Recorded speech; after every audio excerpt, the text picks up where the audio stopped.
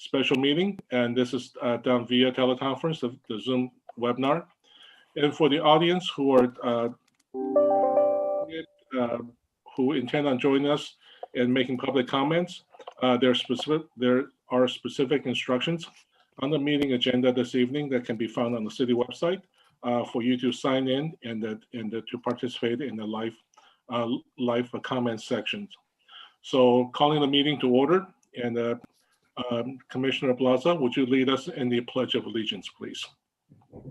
Pledge allegiance to the flag of the United States of America and to the republic for which it stands, one nation, under God, indivisible, with with liberty and justice for all.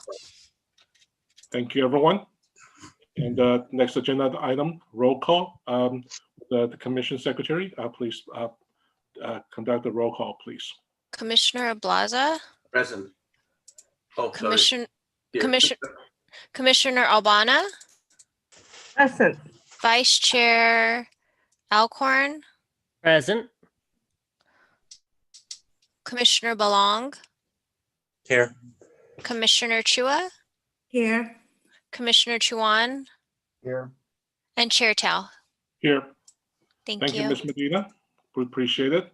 And the next agenda item is the conflict of interest declaration. Will the city attorney poll the commissioners, please? Yes, Chair.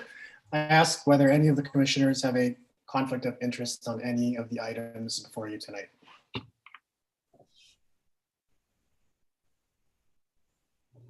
I don't have any. Okay. Let the record reflect none to that question. Thank you. Thank you, City Attorney. We appreciate it. And the next agenda item is the approval of the agenda. Commissioners, any changes? Seeing none. Staff, any changes? Yes, Chair, I would just like to note that the first public hearing item, as noted on the agenda, has been continued to a date uncertain. So it will be, it's dropped from this agenda, will be re-noticed when it comes back to you. That was at the request of the applicant. Thank you, Director Thomas. Commissioner Chuan, did I see you raise your hand? I was going to make a motion to approve the minutes for November 18th. The agenda? Yes. Thank you. And I'm sorry, approve the agenda for the November 18th meeting. Thank you. And do I have a second? Second. Okay, I hear Commissioner Albana. So we have a motion by Commissioner Chuan and a second by Commissioner Albana. So I'll go down the roll and poll the commissioners for the vote. Commissioner Albana? Aye. Commissioner Belong? Aye. Commissioner Ablaza? Aye. Commissioner Chuan? Aye. Commissioner Chua? Aye. Vice Chair? Aye. And Chair's aye as well. Motion passed 7-0. Thank you very much. And the next agenda item is a public forum. So those interested are invited to address Planning Commission on any subject not on tonight's agenda, orally via Zoom webinar, instructions above. Speakers may provide their name and the city of residence for the recording secretary's record. Any comments may be limited to 3 minutes or less. As an item not listed on the agenda, no response is required from the city staff or the Planning Commission, and no action can be taken. Planning Commission may instruct the staff to place the item on a future meeting agenda.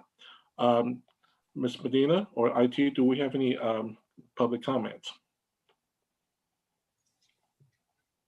Chair, there's nobody in the queue for public comment right now.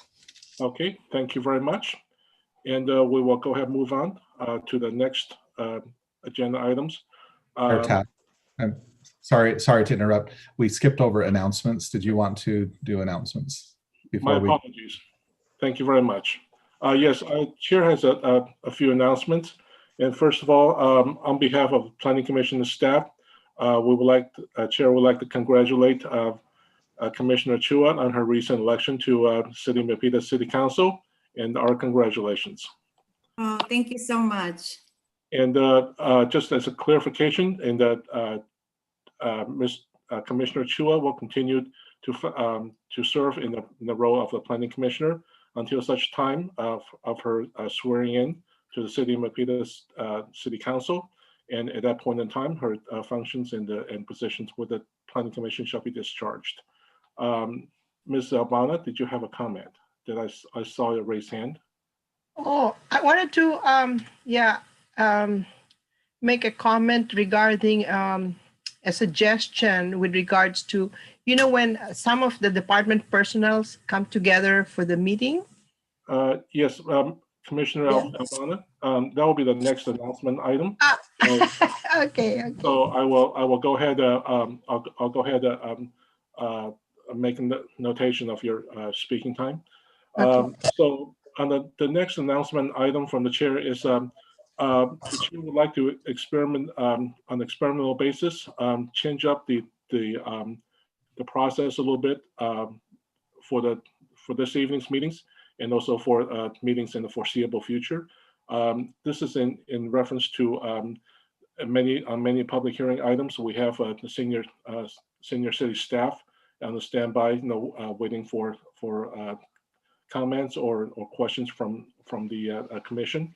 And in the interest of keeping their days on the shorter end of it, chair would like to suggest and would like to conduct the meetings, with the staff being moved to the defined time frame. So the chair would suggest to go ahead, move the. Excuse me 1 second. I have a bug. Sorry about that. Unplanned event. So the chair would like to, after the staff presentation and also the applicant presentation being completed, at that point in time when the commission asks questions, to go ahead and request the senior staff representing different departments that may have a process for the public hearing item at hand. So at that point in time, if there's no additional questions or there's no public major public interest, chair may at his discretion to dismiss, or I should say to not require the senior staff members to be on the Zoom call anymore. So is there any questions or comments that which the commissioners may have? Commissioner Albana? There, I unmuted, yeah.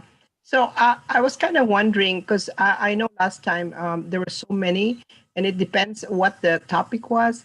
I think it's a good idea, that's true, if you could redirect it just to the topics of, let's say, if it's something to do with traffic, with the fire, and then we can zoom in all our questions. Yes. And I was hoping to also, like, if the department personnel, I don't know if it's allowed to say something like, give us immediately the basis of saying why and what is so significant about the project. Because we don't have all the training of all these engineers and all of that stuff.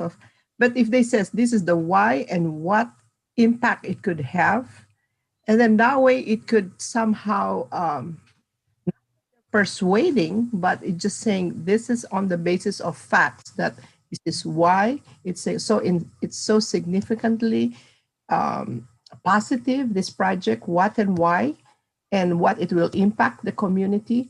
Then if it's that directed, then, and we're done and we hear their part, then I think they could be, excused or something. I mean, it'll give us we can cut down the timing.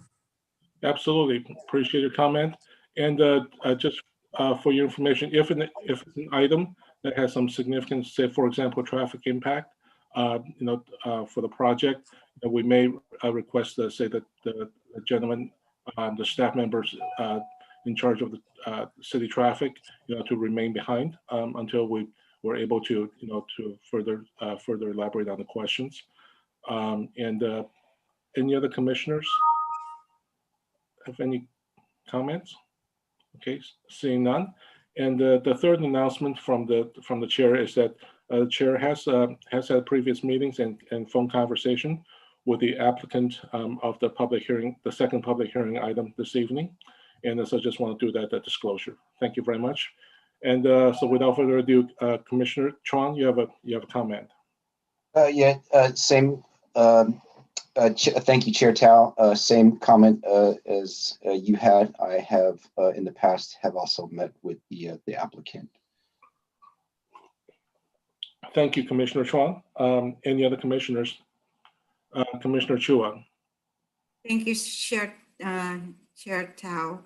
The same here with Bill and Commissioner Chuan and Chair Tao. I had a couple of meetings about the project with our applicants. Okay, thank you, Commissioner Chua. And any other commissioner comments? Vice Chair? I also met with the applicants from Stratford. Thank you very much. We appreciate it. And Commissioner Albana? Yes, I also had a brief meeting with virtual meeting with the clients of Stratford. Thank you very much for the disclosures. And is there any other comments from commissioners? Okay, thank you very much. And I have Chair. I have a comment. yes. I'm not sure if I did meet with them. I think we did online, but I don't remember when because it was some time ago. Okay, all right, Commissioner Plaza, thank you for the disclosure. We appreciate it. And so announcements wise, Planning Director, any announcements from the staff? Yeah, I have just a few quick announcements. Just by way of reminder for anyone from the public listening in and for members of the Planning Commission, the draft general plan and the draft environmental impact report are currently circulating for public comment. They'll be available for several more weeks through the middle of December. So those documents are available on milpitasgeneralplan.org. That's all one word, milpitasgeneralplan.org. If you look on the homepage, there are separate links, one for the draft general plan and one for the EIR. And we will be having an online public workshop. We may have more than one. We'll see how the first one goes. That will be an opportunity for staff and the consultants to walk through the documents. They're quite large. I know all of you have received your hard copies. Anyone who looks at it online will walk through and receive any feedback. That will likely be held in November, possibly another one in December. So stay tuned for that. As we schedule those, we'll be sure to publicize those on all the city social media outlets. Also, I wanted to let the Planning Commission know that last night, the council approved the 44-unit residential infill project at Sunny Hills. This came to the Planning Commission last month in early October. As you'll recall, again, there were 44 new units. 7 of those units will be affordable. That meets the city's requirement of 15% affordability. And we look forward to that project moving forward in the new year. Also, for anyone in the public listening, I just want to make a general announcement that the city continually provides updated information about the latest status of COVID-19 and the city's response to that. That information is also available on the front page of the city's website. So if you're looking for the latest information or links to different documents, please look on the city's website. And then finally, you may recall that the Planning Commission reviewed and the City Council subsequently adopted a short-term rental ordinance late last year. As we continue to implement that ordinance, just today we were able to sign a contract with a company called Host Compliance. They're a leader in the field. They will be a partner with the city. They use a proprietary algorithm, and they're able to identify most, if not all, hopefully all, of the active short-term rentals across the city. They look at all platforms and they identify those. They also do additional outreach, and they identify which of the short-term rentals are remitting their transit occupancy tax, the TOT, which is so important to the city, and they help with permitting. So they will be a good partner for the city, and not only on the planning side for the permitting of the short-term rentals under the new ordinance, but also in collecting the TOT and working with our finance department. So we look forward to moving forward and operationalizing that ordinance. I thought that might be of interest to the Planning Commission, and seeing your work go into action and being a benefit to the city and its residents again. So those are all of my announcements for tonight. Thank you. Thank you, Director Thomas. And just for interest, you know, about middle of next year, if we can just get a rough idea what kind of TOT taxes we may have, the city may have gotten, you know, from this process, so that we can kind of get an idea of the impact. Sure. Well, we're happy to do that. We will be working with the finance department in preparing those reports for the council, and we're happy to provide an update to the Planning Commission as well. Thank you very much, Director. Appreciate it. And the next agenda item is the approval of minutes, and we will be deferring this item for the August 26th and September 9th minutes approval to the next meeting. And the next agenda item is the Chair Tao. Yes. All right. Why are we deferring the approval of the minutes? They were provided. My apologies. Yeah, just curious. I did not see the minutes. Am I the only one missing it? Did anybody else get the minutes? Commissioner Chua, did you get the minutes? I don't think I got mine. So, Okay. Ms. Albana, Commissioner Albana, you didn't get it. So, Okay. Commissioner Chua, you didn't have it either. No, Commissioner Chuan, did you receive it? Yeah, the minutes are actually online in the. And they were attached to the they were also attached to the email with the agenda, but if you want to defer it to the next meeting, that's fine. So you'll just have more minutes to review. well, thank you. And I just want to kind of take a poll, see how many commissioners have actually received and reviewed it. Vice Chair, did you have a chance to receive and review it? Well, it sounds like I received it, but I did not review it. Okay, so it sounds like we have more than 4 commissioners who may not have the proper opportunity to do so. So I received it. okay, since there are four commissioners who may have received it and may not have reviewed it, so I think it will probably be only appropriate for us to go ahead and defer this item for the August 26th and September 9th meeting minutes approval to the succeeding Planning Commission meeting. City Attorney, do I need to vote on that? No need to vote, Chair. Okay, thank you. And to Ms. Medina, Chair's apologies for not seeing the document. And the next agenda item is the public hearing. And as Chair has denoted, the first public hearing item has been rescheduled for an indefinite future point. And the second public hearing item, Stratford School. So, Director, if you will.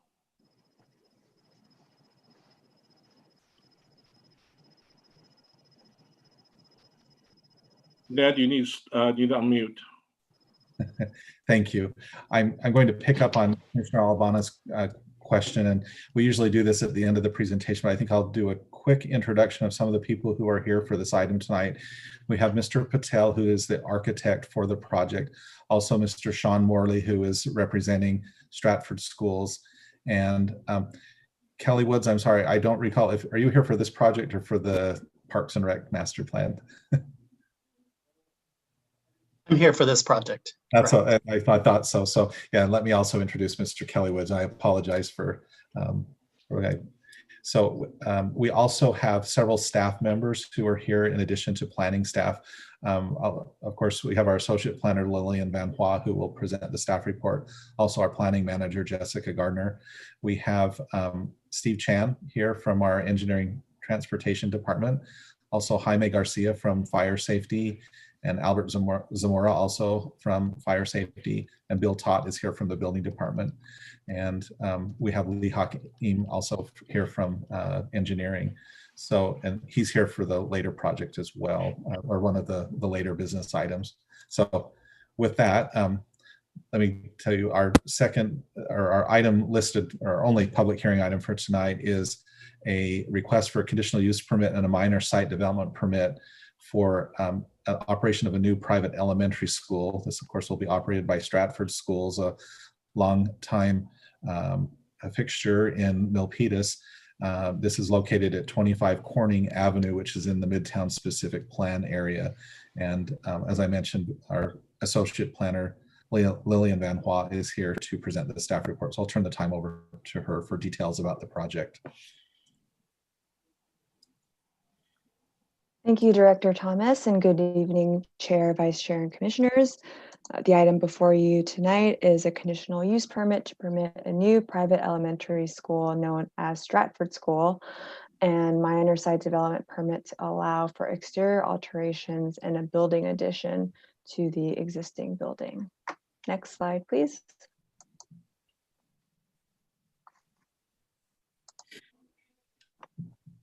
Next slide, please. Thank you.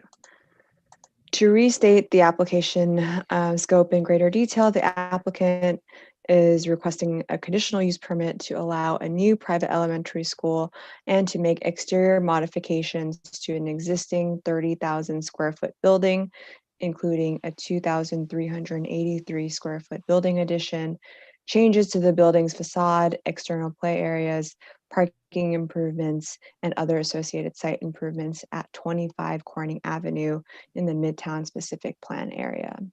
A private school use is considered a conditionally permitted use in the mixed use zoning district, and the scope of the building addition and exterior facade improvements necessitates a minor site development permit subject to discretionary review.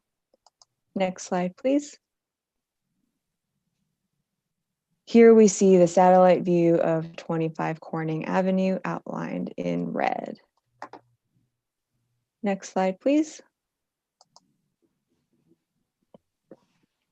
Here is a photograph of the existing building on the site. The existing building is currently vacant since the former occupants, a religious temple known as BAYVP, moved out earlier this year. Next slide, please. The general plan and zoning ordinance designates the site as mixed use, where private elementary school uses are conditionally permitted. The surrounding properties are all zoned for mixed use as seen by the contiguous purple color. The site is outlined in blue on this slide. Next slide, please. Here is a flat elevation view of the building looking east from their driveway entrance off of Corning Avenue, and the north elevation from the parking lot and play area of the site. As mentioned earlier and in the staff report, the applicant is proposing a 2,300 square foot building addition along the east side of the building to create a new entry lobby, elevator, staircase, and teacher's break room. Other exterior modifications include repainting of the entire building, new storefront windows, aluminum sunshades, and a metal awning. The new paint color scheme, as seen here, consists of various shades of beige and off-white with a muted red accent entry wall. Next slide, please. Here is an overview of the proposed site. You'll notice the building addition on the east side of the building, as well as the new play area on the upper west side of the site. The project site also shares its parking with the adjacent building to the east. It is currently a church use known as the Chinese Church in Christ. Click. Here is a rendering of the building as seen from Corning Avenue parking lots, the parking lot side. The design includes varying facades, colors, and materials to create a dynamic building that will distinguish the structure in the Midtown area. This distinctive building massing creates a welcoming front facade and reduces the perceived bulk of the building. The floor-to-ceiling windows create a bright and airy entry. Click. Lastly, these renderings show the views from the south side on the top image of the slide here from Corning Avenue, and then the north side of the site in the middle, and the west side view from South Able Street at the bottom here. Next slide, please. This is the proposed first floor plan. The first floor has 6 classrooms, a multi-purpose hall with an attached platform and green room, library, 3 offices, a conference room, a teacher's workroom, various restroom facilities, and an entry lobby. Click. The second floor has 12 classrooms, a computer room, which can be used as an extra classroom, a teacher's workroom, break room, a specialty teacher's room, and various restroom facilities. Next slide, please.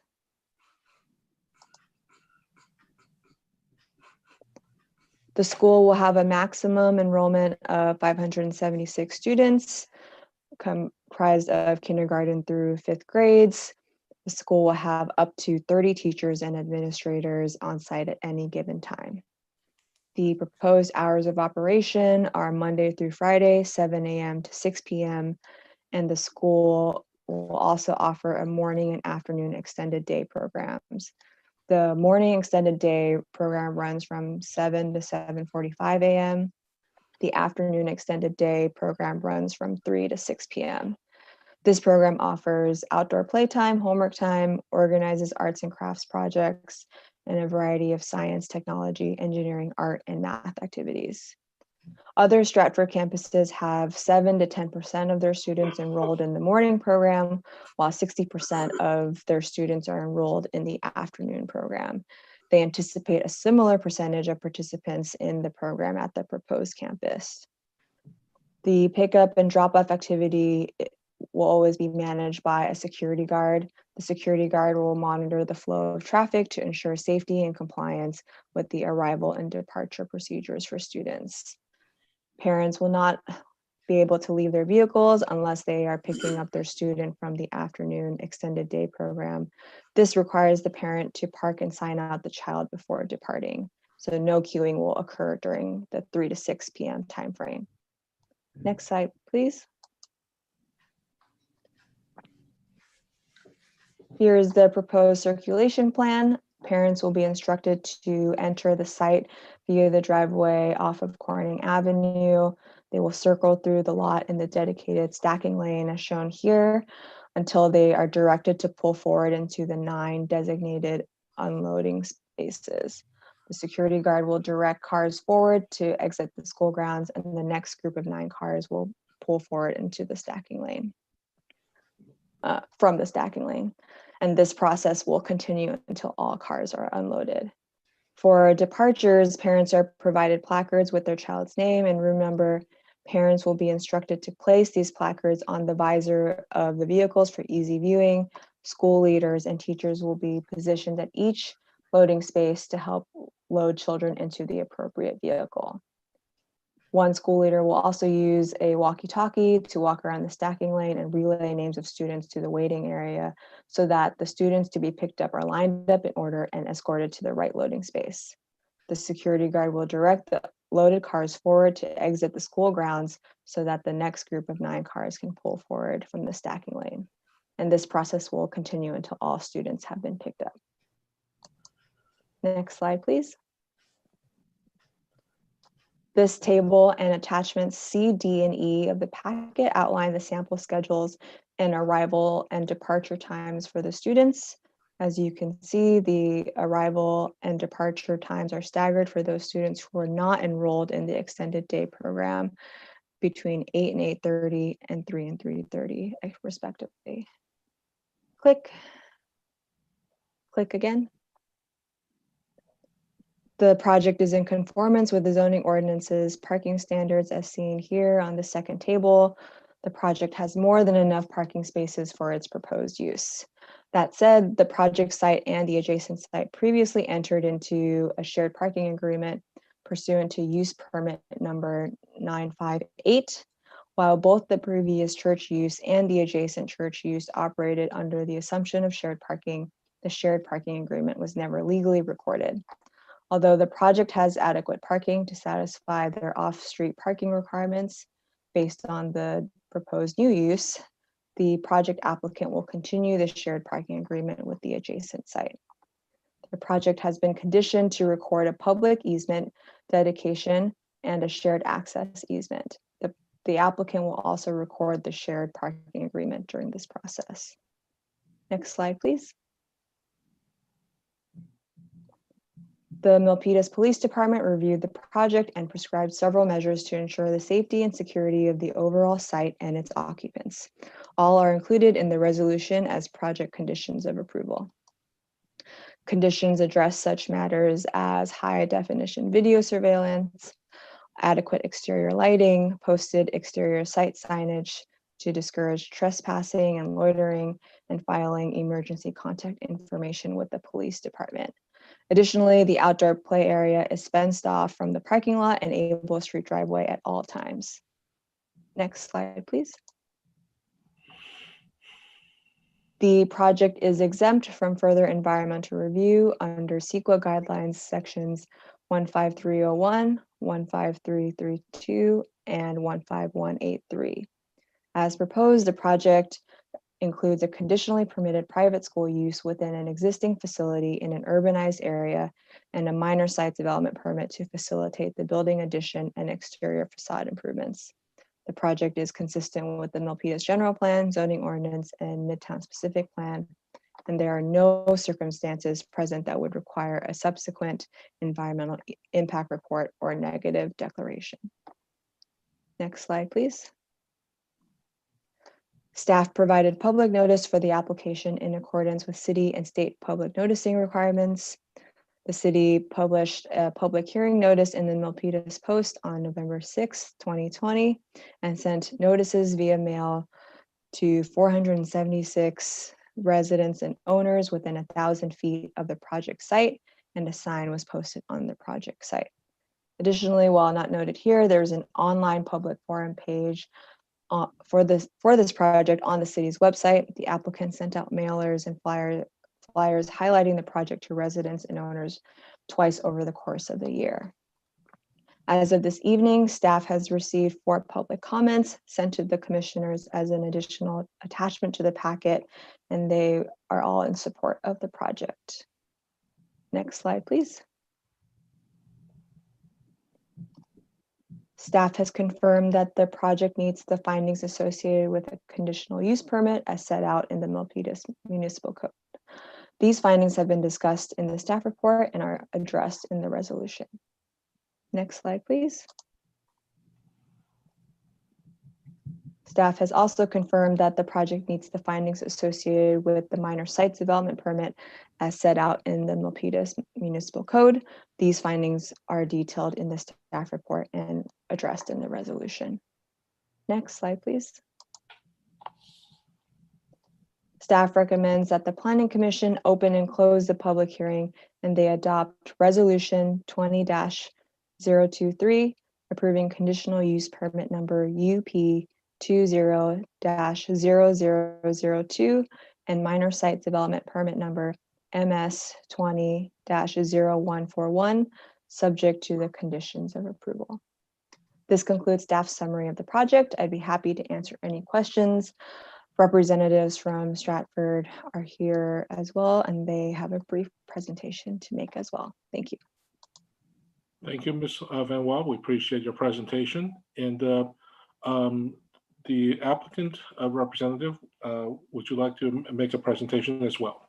We'd be happy to. Thanks, Chair Tao. My name is Sean Morley, and I'm speaking on behalf of the applicant this evening. Good to see all of you. Thanks very much to the city professional staff for the very thorough presentation. We'll try not to repeat portions of it. and to the commission, obviously, for hearing the matter this evening. I just have a few introductory remarks, and then we'll have our architect, Kartik Patel, review the school plan, and then we can respond to questions you might have of us. If we could go to the next slide. Let me share just a little bit about Stratford School for those who don't know about us. It was founded in 1989 by Sherry Adams in Danville, starting with just 4 classrooms. I think Sherry's probably watching the hearing this evening. We've grown with Silicon Valley now with 24 campuses, serving a growing population of working professionals and their children with an affordable and high quality education. Next slide. Stratford's been in Milpitas, as Lillian mentioned, since 2016. Many of you are likely familiar with the Great Mall campus, which is a preschool to middle school and has had amazing success. The challenge is we've outgrown our facility and now we've got a waiting list with well over 100 local families. Next slide. Milpitas is one of Stratford's most successful engaged communities with over 350 local families today. And the city continues to be important to our strategic plan for the future. So we've been looking for a new location for an elementary school for a few years. Next slide. And 25 Corning Avenue is the result of much hard work to find just the right opportunity for not only the school, but the community and the city. We're proposing, as Lillian indicated, to rehabilitate the existing building and to create the elementary school with 19 classrooms and play areas that can support up to 576 students and staff. Next slide. You know, it's not directly related to the application, but I think it's important to mention that Stratford really believes in collaboratively engaging with community and being a good neighbor. Despite COVID, we worked really hard to connect with our neighbors and businesses through mailings to many hundreds of people and lots of phone calls over the last 6 months, along with outreach to a wider circle of community stakeholders. We listened closely, and I think we've made the new campus project even better through that process. Next slide. And it's also incredibly important for Stratford to bring value to the Milpitas community. This means more than just offering a high quality educational opportunity. We're a trusted provider of childcare, want to create additional jobs and provide more charitable support in the community as time goes on. In summary, Stratford really wants to grow its partnership with Milpitas, and we look forward to continuing that for literally generations. And with that, let's have the next slide, and let me introduce Kartik Patel, the architect, who can briefly provide some additional points of interest about the plan. Kartik? I know he was there. Thank you. I'm here. I was just muting my microphone. Great. Thank you very much, Sean. Thank you for all the help that staff has given us to get to this point. Thank you, Lillian, for the wonderful description of the project. I'm going to just shed on a few of the things that the project really offers to the community. The one big one is the existing building is almost over 40 years old and is depleted severely as far as today's codes, ADA compliance, and getting natural light into the building. So our effort has been to make sure that we get plenty of light into the building, bring it up to today's code, seismically and ADA compliance wise, and make sure that we have a building that is sustainable. One of the major decisions we had to come to early on was to tear the building down or restore it and try to be cautious so that we are sensitive to the environment and save a whole bunch of trees by saving the building. Next slide, please. So what we've done is we have taken the building and seismically we are applying concrete walls on the exterior so that it complies to today's seismic code. It ties the whole building together and it's a safe building for the patrons and the children. We've got a lot of natural light coming into the building, and we've expanded the window systems so that the building is architecturally significant and has a presence on Main Street, Able Street, and Corning. The building will have obviously state-of-the-art lighting systems, mechanical systems, and it'll have interiors that are sustainable. So we are using a lot of material that is recycled and is, again, very sensitive to the environment. We are very excited about the project, and we look forward to a successful completion.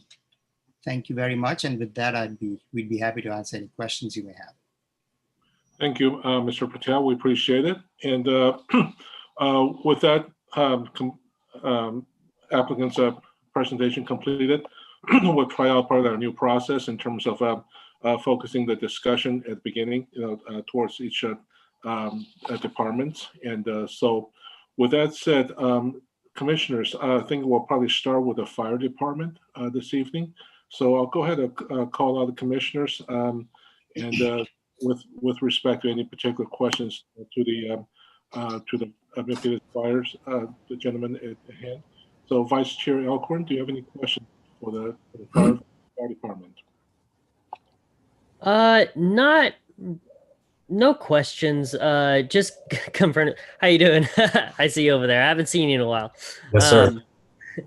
Am I safe to assume that you guys wouldn't be signing off on this unless it met all your requirements, because they are very much changing the building? So am I right to kind of assume that?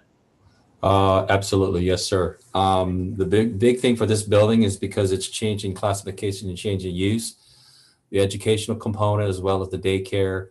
It will be upgraded with a fire alarm system that's both manual and automatic.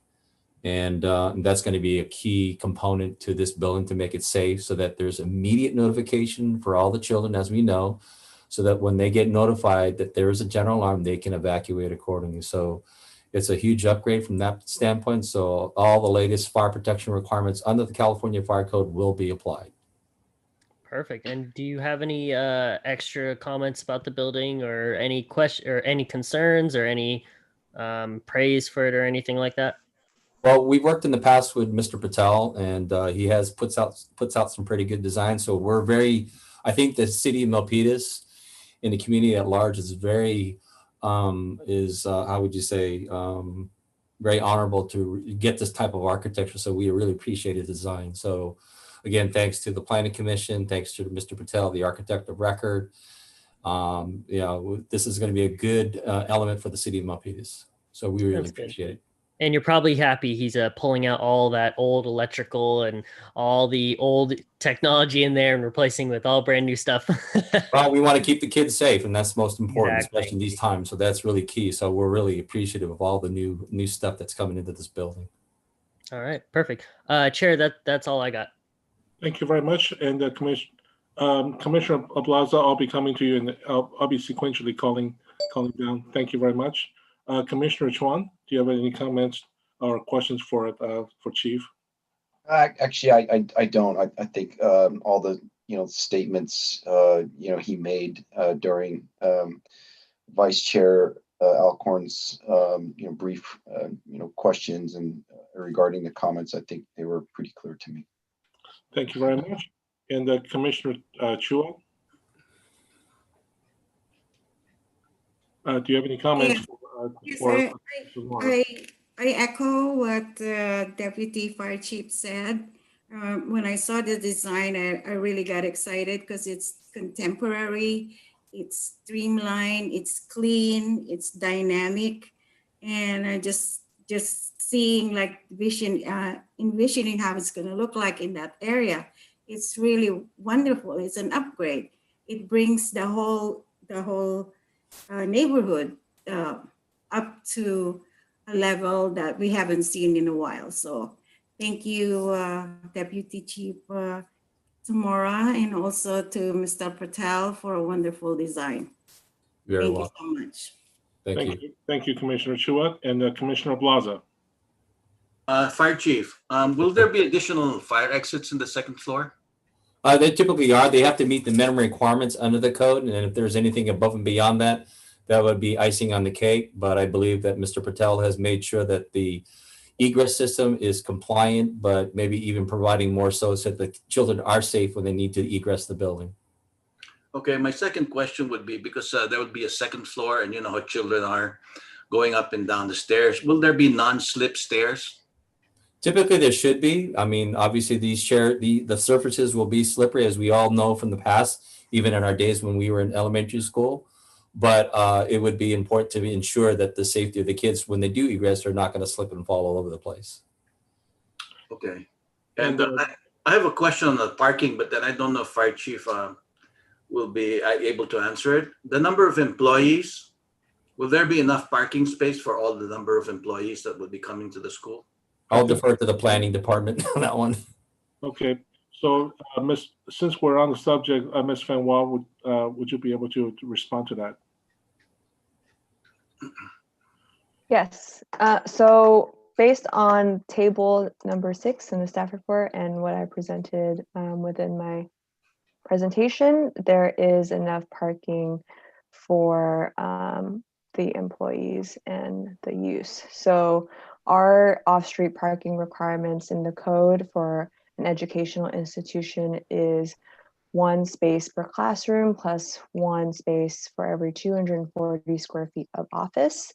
And so based on that requirement, the actual parking requirement per the zoning ordinance is 26 spaces, and they are providing 70 spaces on the site.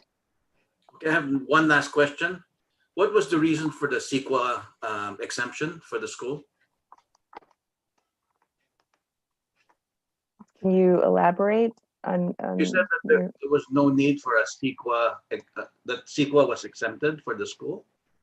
In one of the slides I saw. Correct, yeah. So the first exemption that we're applying is 15301, which is existing facilities of the CEQA guidelines, because the proposed use will be located within an existing facility. So the previous use was a church use, also an assembly use, and this change of use is considered negligible because the project will have little or no impact on the surrounding area, since all the parking required by the private elementary school will be able to be accommodated on the project site.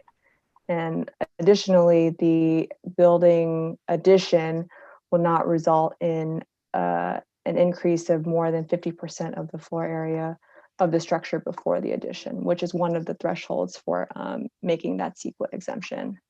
And then the second CEQA exemption is 15332 for infill development projects. And in order to exempt it based on this exemption, the project must be consistent with the applicable general plan and all applicable general plan policies, as well as all zoning designations and regulations. And so in this case, the project occurs within city limits on a project site of no more than 5 acres, substantially surrounded by urban uses. The project site also has no value as habitat for endangered, rare, or threatened species. And approval of the project would not result in any significant effects relating to traffic, noise, air quality, or water quality. And then lastly, the site can be adequately served by all required utility and public service. One last question. Commissioner Blaza, so we're, as an announcement noted earlier, that we're trying out a new format. So we're going by sort of department by department with regards to the comments. So, yeah, but my question is for staff. Is this to the fire department specific? No, to Lillian. I'm sorry. Okay. So can we go ahead, hold off that question until we're circling back to the planning department. So the chair plans on going through the fire, building, engineering, traffic, and then planning in that sequence, so that we're able to release out the senior staff from a meeting at an earlier time possible. Thank you. And Commissioner Albana. Yes, thank you, Chair. I wanted to ask Chief Zamora if in the building, for safety of the children, the teachers and everybody there, the staff in the school, will like fire sprinkler systems be provided in the building? Of course, yes, that's required by code. Yes, ma'am. Required by code. And then Yeah. for in case of an emergency, earthquake or what, will it have like a cache on site on the somewhere there on the site? It's always possible, but that's something we'll have to work out. If the I believe if the faculty and whoever's the business responsible wants to ensure that they create a cache of say emergency equipment or otherwise, that's something they'll have to work through. I know that because you're along Main Street, the fire department is well within short distance that we can respond accordingly. So I got to assure you that much that when we get the alarm, we will call for how we go run for that service and make sure we address the concerns and an emergency that may occur. I see. Thank you, Chief. You're very Thank welcome. you, Chair. And Chief Zamora, question from Chair. In terms of this particular new structure here, would there be any kind of mechanical system alteration to accommodate shelter-in-place requirement, or is that required?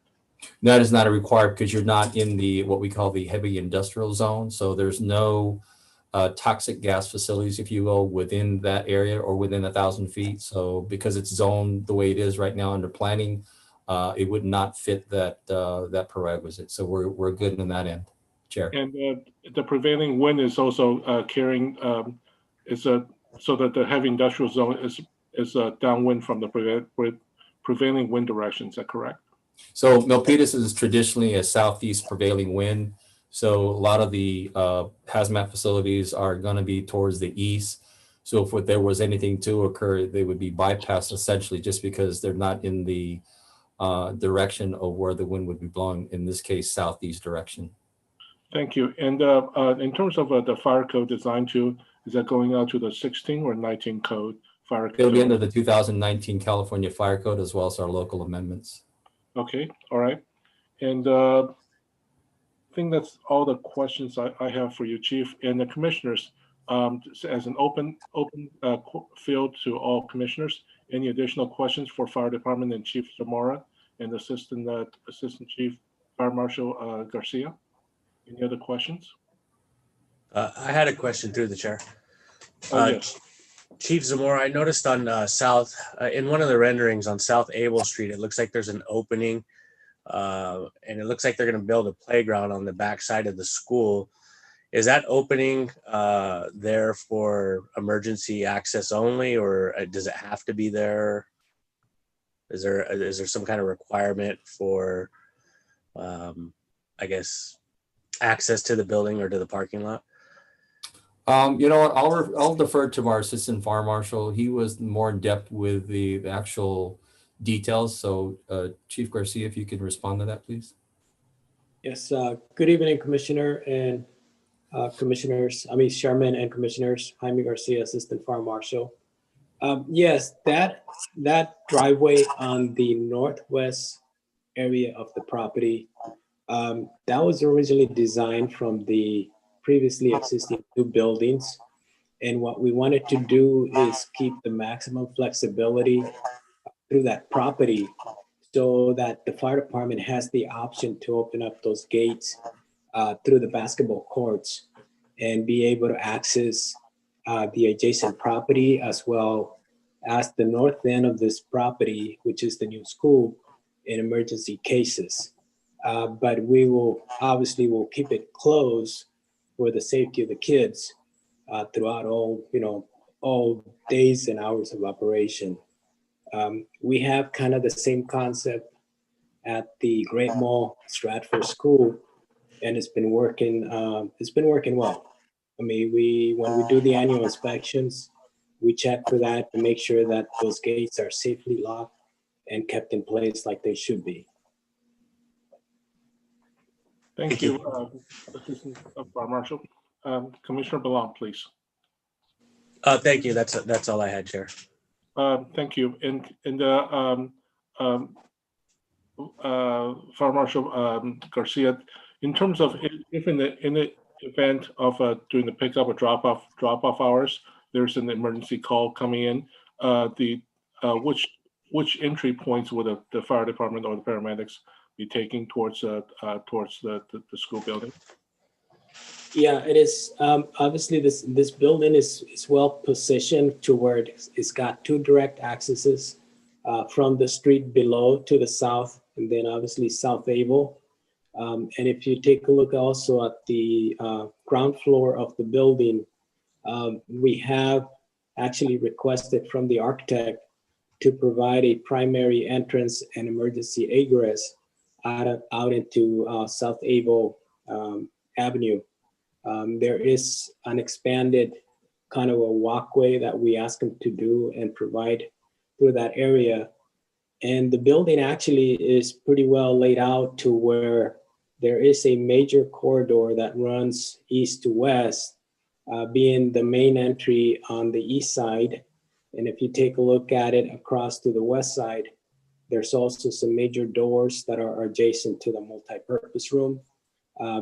My belief is that in case of emergency, basically personnel would park directly on South Able Street and run through the building as they may need to, with direct access also at a stairwell that is on the west side of the building, as well as one set of stairwells to the east side of the building.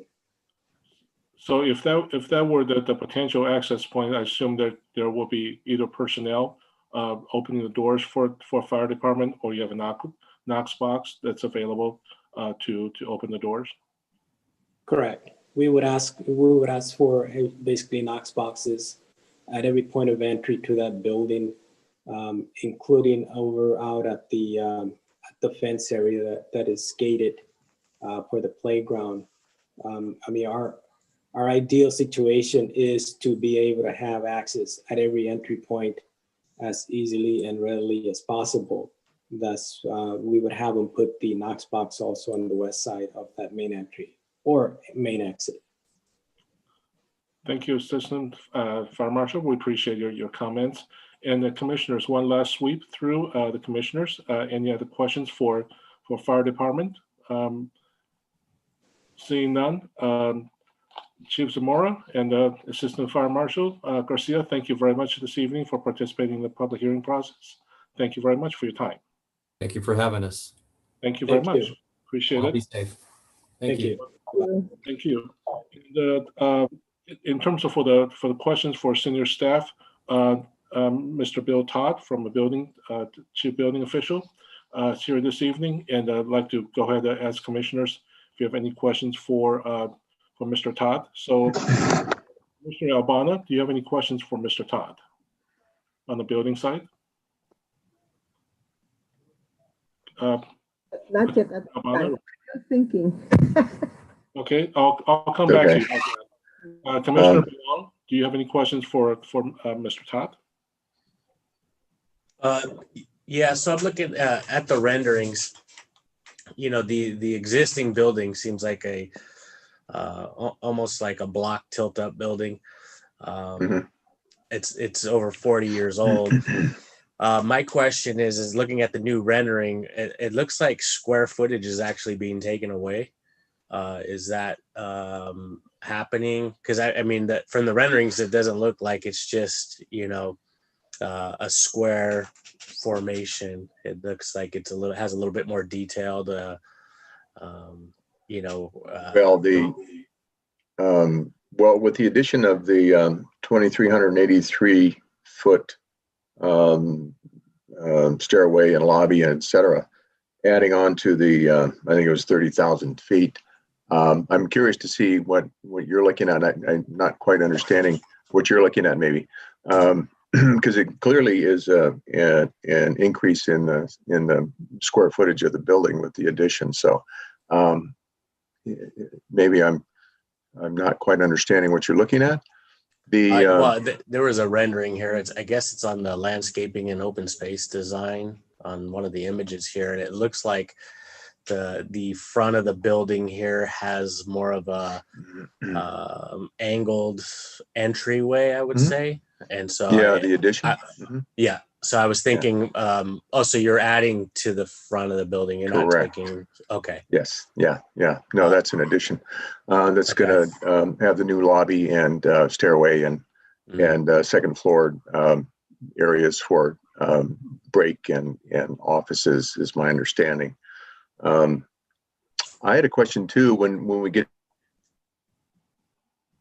to the end, maybe back to Mr. Patel or possibly Sean regarding construction build out and the timing of that. So I'll reserve that for later. Well, absolutely. Well, we'll circle back to you, Mr. Todd. Okay. So with Commissioner Blaza, do you have questions for building official? Okay, thank you very much. And Commissioner Twan? I still had a couple other questions, Chair, if I may. My apologies, and circle back to Commissioner Blanc. So with the building being as old as it is, has it been checked for asbestos or anything like that? And if so, is there going to be abatement, obviously? Oh yeah, no, absolutely. And that's part of the process. There's what they call the J number that's required with any demolition like this for buildings of this age. So what is the J number? Well, it's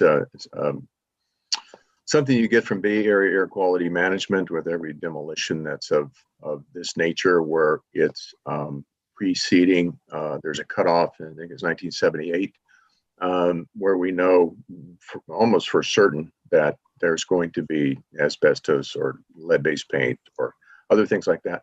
So in the process of going through the submittal and approval process, that's going to be part of it, where they're going to have to get a J number, and then it's elaborately documented. It's a high level of concern, especially for occupancy that's going to have children in it for lead-based paint abatement. So that's all part and parcel of the project. Perfect. And then somewhere during the presentation, there was mention of recycled products being used during the build out. I'm just curious to know what those products may be. Yeah, and I'm frankly, I'm not sure. I know that there's a lot of construction materials that are repurposed, but in that process, of course, there's no ability to reuse things that are of a hazardous nature. I mentioned asbestos and lead-based paint and things like that.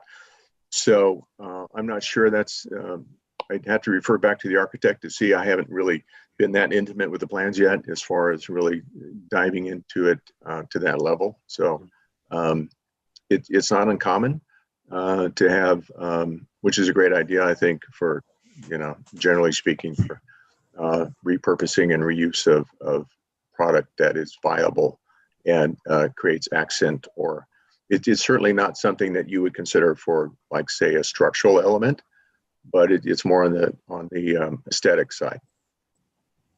Maybe Mr. Patel.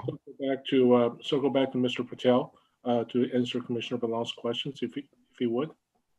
Yes, thank you very much. To answer the hazardous materials question, there has been a survey done, and all the hazardous materials that are present have been identified. They'll be mitigated, and we will be getting a J number prior to the demolition. As far as the size of the building and whether we've reduced it, no, we have not. What you're looking at is exterior applied concrete shear walls for the new seismic upgrade. That is what creates the depth of the building, and the addition is in the front. As far as recycled material, the reflective ceiling plan has acoustical tile ceilings, and the ceiling makeup has a certain percentage of recycled product that they use. And the one that we've been typically specifying goes anywhere from 30 to 40% of recycled product. The vinyl composition tile also has the same material.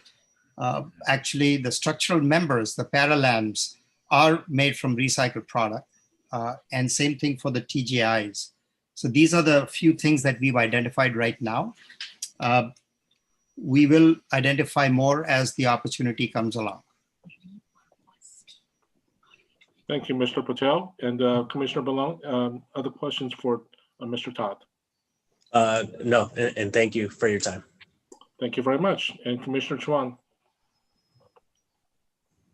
No, I don't have any questions. Thank you. Thank you. And Commissioner Chua? I don't have any right now. Thank you. Vice Chair Alcorn? No questions.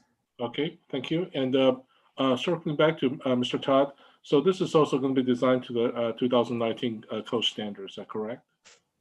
My understanding, yes.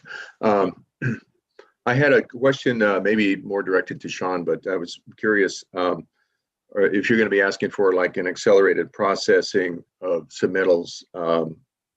Is that going to be a request? Is there an accelerated timeline you have in mind, or I'm just trying to generally get a handle on it? Yeah, let me give you a broad answer, and then I'll ask Kartik to give a more specific one. Stratford is planning, and that's why this hearing date was very important to us. So thank you very much to start demolition as soon as feasible, and then start construction with a plan to open for the 21-22 school year. And Kartik, you may have some more specific timing about submittals and the like, and we'll be happy to chat with you, offline about the particular needs. But I wouldn't say we're on an expedited schedule, but we're on a firm and fairly, forthright schedule to be able to open in 2021, presuming obviously that we're meeting all the requirements for the submittal for building permit. Okay, thank you. Thank you. And Commissioner Blaza, did you have a question? No. Okay. So circling back with the commissioners, any other questions for Chief Building Official this evening? Seeing none, Mr. Todd, thank you very much for your time. Thank you very much. Enjoy your evening. Thank you. Thank you. And the next segment, I would probably like to go to engineering. So Director Thomas, who will be representing the engineering department on this evening? So we have Steve Chan here tonight for engineering traffic. For traffic engineering, is that correct? Yeah. Okay. So Mr. Chan, if you yes, would. sir. Good evening and good to have you. And so circle back to Vice Chair. Any questions for Mr. Chan, the Chief our traffic engineer? Not at the moment, no. Thank you. And Commissioner Chuan, any comments or questions for Mr. Chan? No questions for Mr. Chan. Thank you. And Commissioner Chua? No questions for Mr. Chan. Thank you. Commissioner Balon? No questions. Okay. I do not see Commissioner Blaza available on the screen here, so I'll circle to Commissioner Albana. Chair, is this for the traffic, the impact on the traffic? Yes, that's correct. So our traffic engineer, Mr. Steve Chan, is here this evening to respond. Yeah. I noticed how they had allocated a certain time, but won't it really quite have an impact towards the Calaveras at that time? That generally is the morning commute hours. The total drop-off and pickup activity, it's already circulating around the city. These are city residents, so they are already moving about throughout the city. So this will be one stop. It wouldn't be, I wouldn't say we're creating new trips. It'll just be continuation of the trips where parents drop off their kids before they head off to school or head off to work along Calaveras, if that was the way they travel. So what is the major, like percentage wise, they'll be coming in from Main Street or Calaveras? Well, the major access point to the site is via Able Street or Main Street, and then they come off Corning to get the access to the main driveway.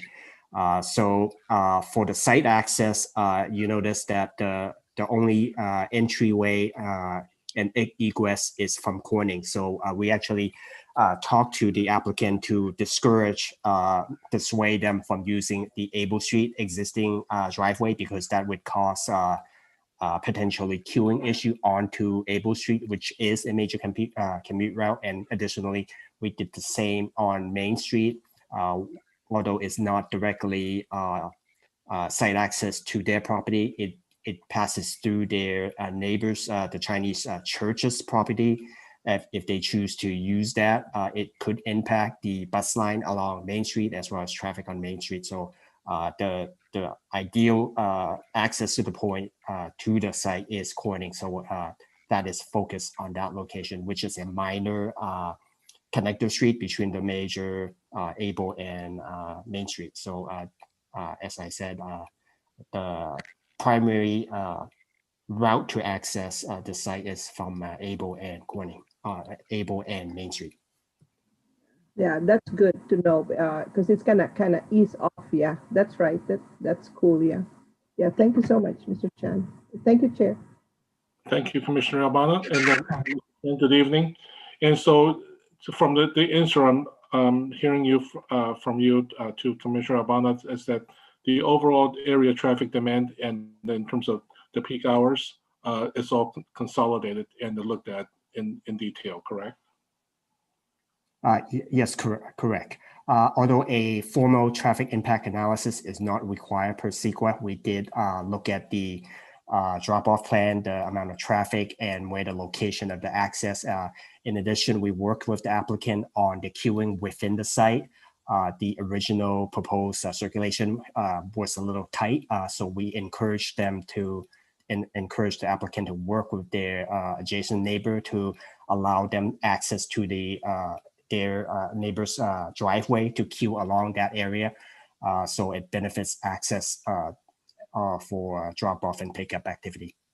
Absolutely. So since I see Commissioner Blaza is back in the picture, Commissioner Blaza, do you have any questions for our city traffic engineer, Steve Chan? Is this for traffic? That's correct, yes.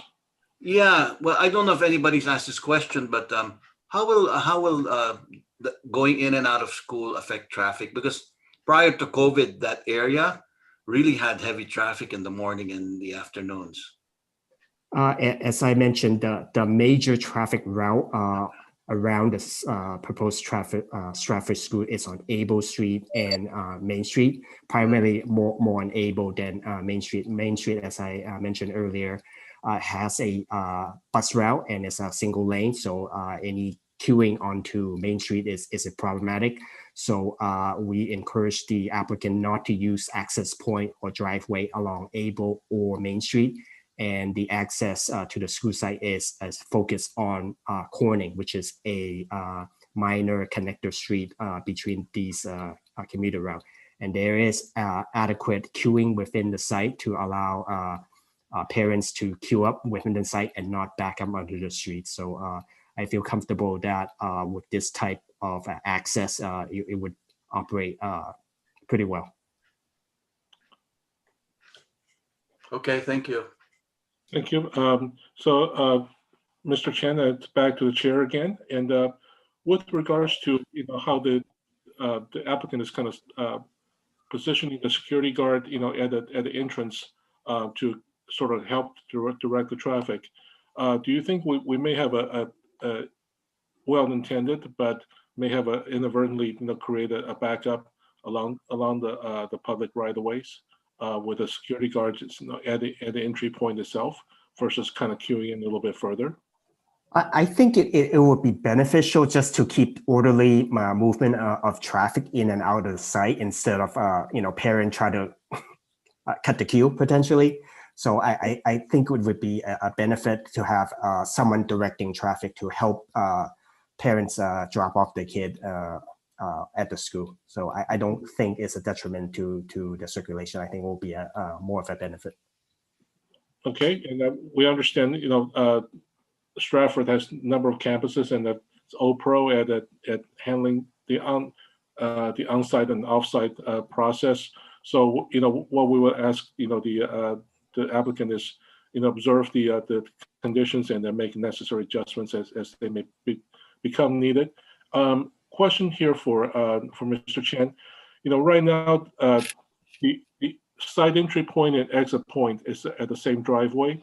Oftentimes I've seen that there's some parents that want to come out the side on the exit side, want to make a left turn. You're basically cutting into the potential, other vehicles that want on site. So, Chair would like to see probably a right turn only conditions during the pickup and drop off hours, and not affecting the entire day operations, but only during those hours to effectuate a smoother operation. Is that something that you as traffic engineer would also recommend as well? That would definitely improve circulation. I wouldn't oppose it, but the access the egress needs to be controlled from the site because that's within the private property. Absolutely, and so circling back to Mr. Moreland, on the right turn during the peak, during the pickup and after and drop off hours, would that be amenable to the applicant as well? Yes, we've looked at it and we think it would enhance operational efficiency. So we can handle it not only from an operational standpoint, but if city staff believes that we should, provide some on-site signage in order to manage that we're happy to do so. Well, thank you very much and appreciate the comments. No further questions for traffic for our traffic engineer. Circling back to the commissions, any open floor, any questions for traffic engineer? Seeing none, well, and Mr. Chen, well, since we have no other public comments concerning this besides the four that's provided, so we want to thank you for your time this evening for the answering questions for the project. Thank you. You're welcome. Okay, and circling back to the planning staff. So questions for the planning staff, and I'll probably start with Vice Chair Alcorn, if you would. Any questions for the planning? No questions for planning staff, no. Thank you. And Commissioner Chua, any questions for planning department? None, Chair. Thank you. Thank you. Commissioner Chua, excuse me, Commissioner Chuan? No questions, thank you. Okay, and Commissioner Ablaza? Commissioner Ablaza, no questions? Okay. So Commissioner Ablaza, you wave your hand, so you have questions or you don't have questions? No questions. Okay, thank you. Appreciate it. Clarification. And Commissioner Belong? None. Thank you. Commissioner Albana? No questions. Thank you. Okay, thank you. And Chair has a few questions for the planning staff. So in terms of the easements that are to be recorded and the language to be worked out with, I think the language will be also approved by the city staff as well, correct? Yes, the Land Development Engineering Department will review that as part of conditions of approval. Okay, and would the language in there also covering, in terms of if there's any conflicting schedules between the parties, and they will privately, get it all worked out prior to, so that we don't have both entities having activities at the same time. Lillian, I may be able to respond to that question a little bit more precisely than you are, at least in terms of what we're doing. And, churches and schools make great neighbors because they fundamentally operate at, absolute opposite times on evenings and weekends for the church, and then obviously during the day for schools. So we're very complementary to begin with. As Lillian mentioned, the church that does actually require parking on our property. That's not a current right that exists, that we are formalizing through an easement agreement. But Chair Tao, to your specific question, we have accounted for within the easement language that is being finalized by the parties and will be submitted to the city prior to building permit, that accounts for how we work through those few opportunities where we may have joint events on a particular day. But fundamentally, from a scheduling standpoint, we have flexibility for our special events, the occasional ones that do occur in the evenings and weekends from a scheduling standpoint. And typically, because we do this on our other prop sites, we typically work through a schedule, with surrounding neighbors to try to essentially avoid conflicting schedules to begin with. But we have a mechanism to do that, and just as any good neighbor would want to do. Thank you, Mr. Morley. And circling back to Ms. Van Watt, is there going to be? And I see the queuing line for the drop off or pickup vehicles. It's not a complete straight line. So will there be conditions that which we will ask for some sort of a markings or coning off, so that the vehicles will have very direct directions from the school to follow the path? There's no conditions in the resolution, but I'm sure Stratford would welcome that. Yeah, idea. we do have some limitations in being able to mark our neighbor's property, but generally speaking, the way we handle this, and it works very well, is through coning, as well as just direct education for parents.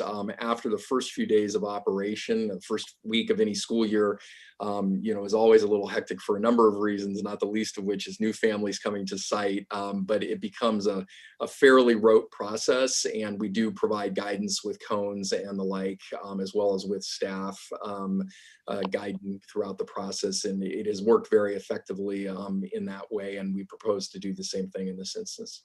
Absolutely. I just want to make sure, whether it's coning or, marking. Yeah.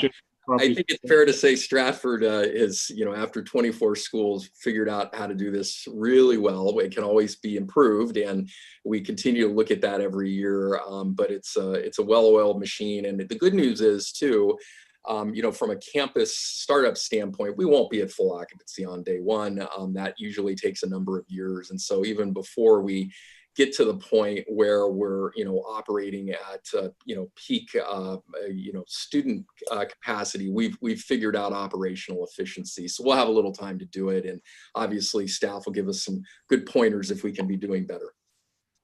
Thank you, Mr. Morley. And last question for staff is on the attached document, the lighting plan for the site. Are there any additional exterior lights either attached to the building or new light extensions that's being planned for the site beyond what is there already? So beyond what's on the lighting plan itself? Yeah, based on the page 30 of 30 of the plans provided, has a light meter distributions. It doesn't look like we have any additional lights that have been planned for the site. I just want to confirm with staff on that end. Lillian, do you want me to respond to that? Sure. There is additional lights on the site. There is wall packs at every exit doors. We are replacing the existing heads with 4 heads so that we get more light. And there are 2 additional light poles that we are going to be putting up. Are there, so Mr. Patel, since you're the architect, let me just direct a question to you on this. Sure. So on all the additional, all the other planned exit points, you're also having additional exterior light fixtures?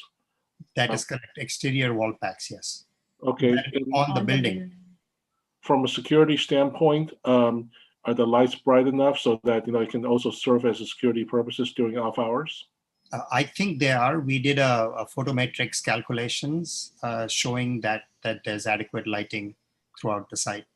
Yeah, in terms of in the pickup drop-off queuing area where the night cars are kind of going, are you planning a little extra brighter sort of light setup there so that there's a without actually defining where the area is, especially this time of the year, by the virtue of the brighter spots, you kind of know where you're going? Right. So our final pickup happens at 3 o'clock. But yes, to answer your question, yes, we have lights that will be having a good spread on. on that. Okay. All right. So I'll take your word for it. I think we should have enough lights. Question for you. Outdoor loudspeakers. Do you have any outdoor loudspeakers? No, we don't. Okay. All the So communication is done via phone within the campus. okay. Walkie-talkie when teachers are outside in the play area. Okay. All right. Thank you. And the chair has no further questions for the planning staff. And the commissioners, circling back through questions in general for planning staff. Through the chair, I just thought of something going through the renderings here. As I'm looking at the playground, I noticed is that turf that's being put down in the play area? Yes, that is correct. It's artificial turf. And so where the play structure is, that's what's going to be, I guess, the ground. It's just going to be the turf, or is there going to be a pour in place type? It's going to be a fall surface that is rated for kids. Okay, so it is a pour in place. Okay. Yeah, it's a rubberized material that has a cushion to it. So if any child does fall, then the cushion is taken. So it's called a fall surface rated for any fall. Perfect. That's all I have, Chair. Thank you. Thank you, Commissioner Balan. And Mr. Patel, circling back to the playground. So the rubberized materials, is that the old tires that have been recycled? No. Okay. No, it's not old tires. So I understand from the old athletic days, there were some issues and problems with rubberized materials causing, I guess, chemical conditions. So these new materials do not have that characteristics, correct? That is correct. Okay, thank you very much. And commissioners, any other questions and comments to the applicant or the planning staff? Commissioner Chua, please. Thank you, Chair Tao. I just want to thank the executive management of Stratford for choosing to grow their business here in Milpitas. Also, I want to thank our city staff from the building to engineering to fire and the planning department for collaborating with our developer and coming up with a beautiful project. I'm really impressed when I really saw the structure and the environment. I was really excited about it. So thank you very much. This is probably going to be my second to the last meeting. So I just want to express my thanks to our developers and our city staff. Great job. Thank you all. Thank you, Commissioner Chua. And circling back to staff and also Mr. Patel, so the exterior of current exterior skin is going to be completely replaced. Is that correct? No, the exterior skin it's a concrete tilt-up building, 2 stories. We are going to retain the existing concrete walls that are 6 inches thick. We are going to carve those out for bigger windows. And then we are going to supplement seismic shotcrete walls on 4 sides of the building with new foundations that'll take all the seismic forces. And then we are adding spandrel panels that go horizontal at the floor level and at the lintel level at the lower level that'll tie those new shotcrete panels together. And they will all be anchored into the existing wall. So essentially what you're doing is you're taking a 6-inch wall that's there and you're making it 1 foot 6 inches thick, which is anchored into the foundation and ties all the structure together. And that's what's done from the outside because it is a 2-story shear wall. So to answer your question, yes, we are going to save the entire skin, but we are going to carve it out to make sure that we have the bigger glass windows and natural light in there. Thank you. And last question is on the new elevators as planned for the building. Yes. About how many bodies can be in the elevator cab? So the elevator, good question. The elevator cab is actually designed to make sure that a gurney fits in there. And so I would say you could have up to 6 to 8 people in the cab comfortably. Okay. And in terms of opening directions, is one way versus two ways, right? Yes. Okay. All right. Thank you. I think I've asked enough detailed questions for the day, and No problem. thank you. Thank you very much for your time this evening. And commissioners, since we're trying a new process here, any questions for staff? Okay. Thank you very much. And this has been a public hearing, and I'd like to go back to Commission Secretary. Yes, City Attorney, you have a comment? No comment, Chair. Thank you. Thank you. This is a public hearing, and then we're circling back to the Commission Secretary, Ms. Medina. And do we have any public comments coming in? Hi, Chair. We have one community member in the queue, Urvish Kumar Mehta. Okay. So is there going to be a live comment, I assume?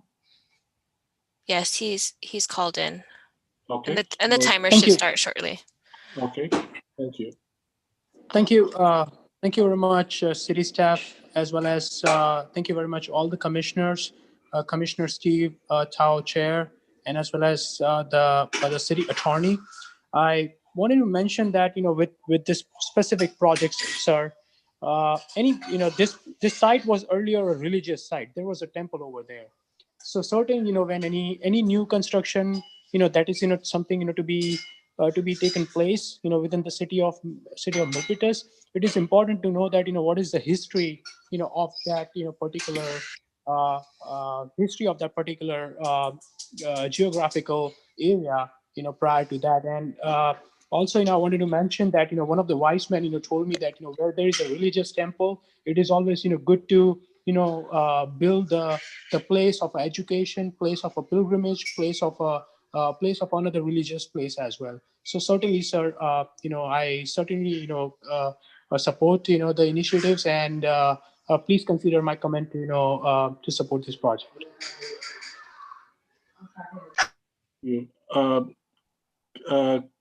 Planning director or staff, any particular city codes or ordinance that is related to the public comment item with regards to quote unquote former religious sites? Oh, we look at each project on its own merits. Okay. And this one here, we're all good, correct? Yes. Okay, dynamite. And Ms. Medina, any other public comments? Chair, there's nobody else in the queue for comment. Thank you very much, ma'am. And do I have a motion to close the public hearing? I'll make a motion. Second. Okay, and the motion by Commissioner Belong and second by Vice Chair Alcorn. So I'll go ahead and go through the commissioners. Commissioner Albana? Is it me? Yes, Commissioner Blazo, yes.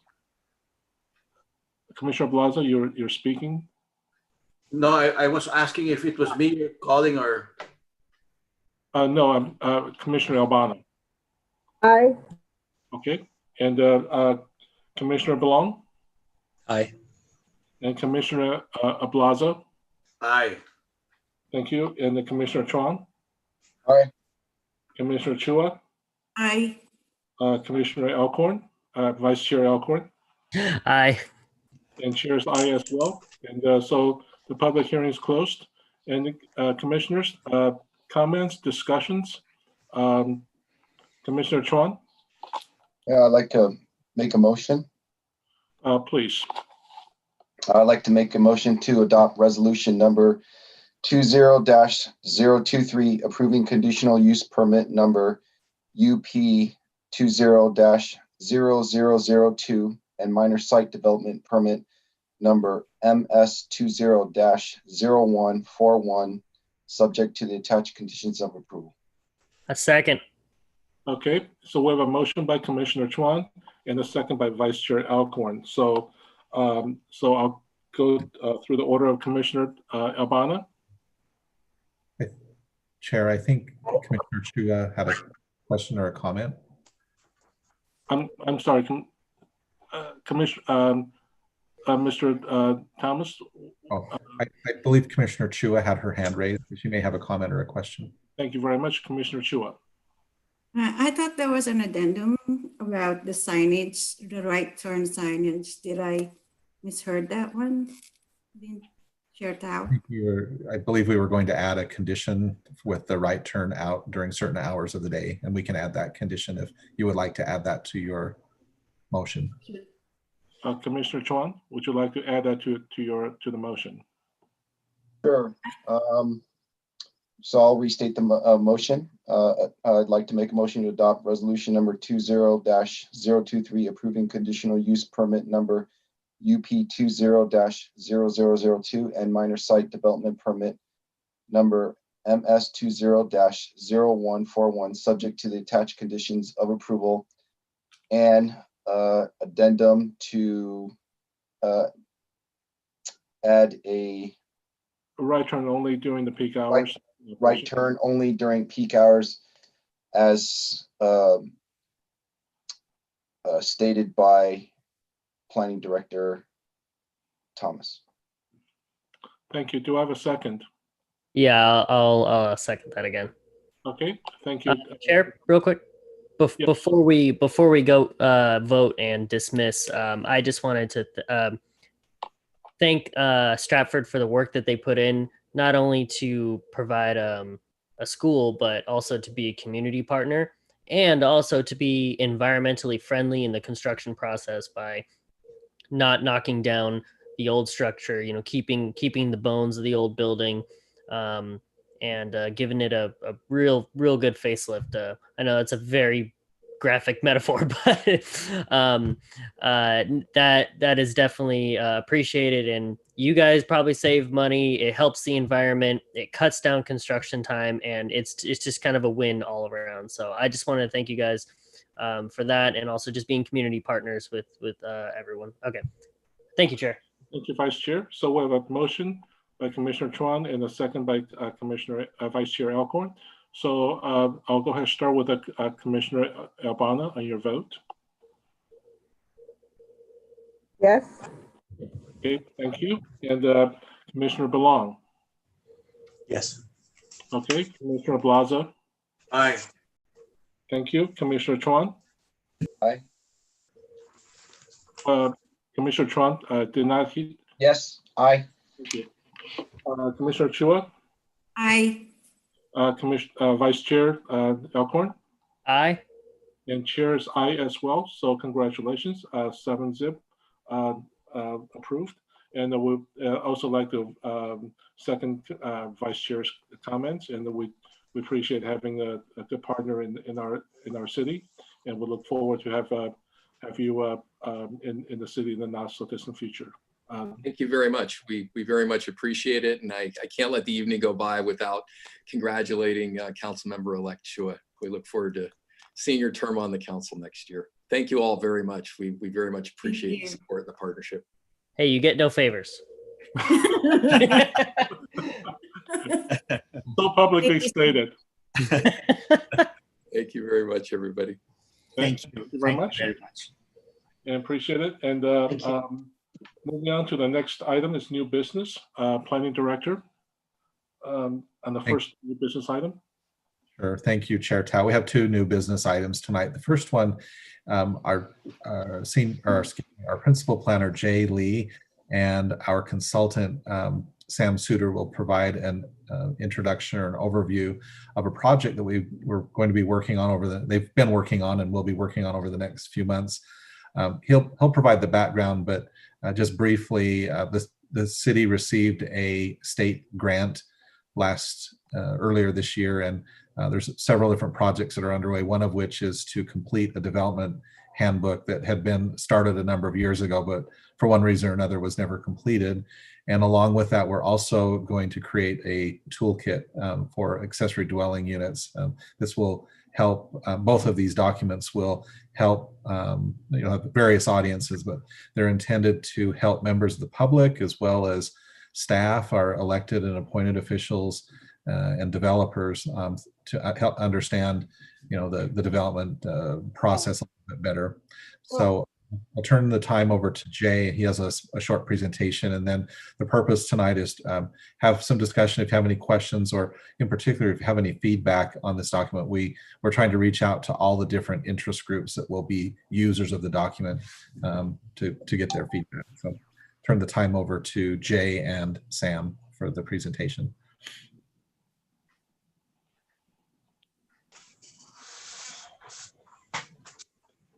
All right. Good evening, commissioners. It's great to see everyone again, and I'm glad to be here to introduce this project, the Development Review Handbook and ADU Toolkit. We're hoping that this is something that everyone can look forward to, from the public, internal staff, and also the advisory boards and decision makers as yourselves. And we're hoping to receive some important feedback, knowing that your perspective is valued and very important for this process. Next slide, please. Our agenda today, we'll start with the project overview, and then and provide a little background, and then go into the development review process, because the handbook will provide the process step by step to educate everyone about how we do development review in Milpitas. And then we will go over the project details, the various components of the project, and then go right into the Q&A session where we'll be open to answer any questions.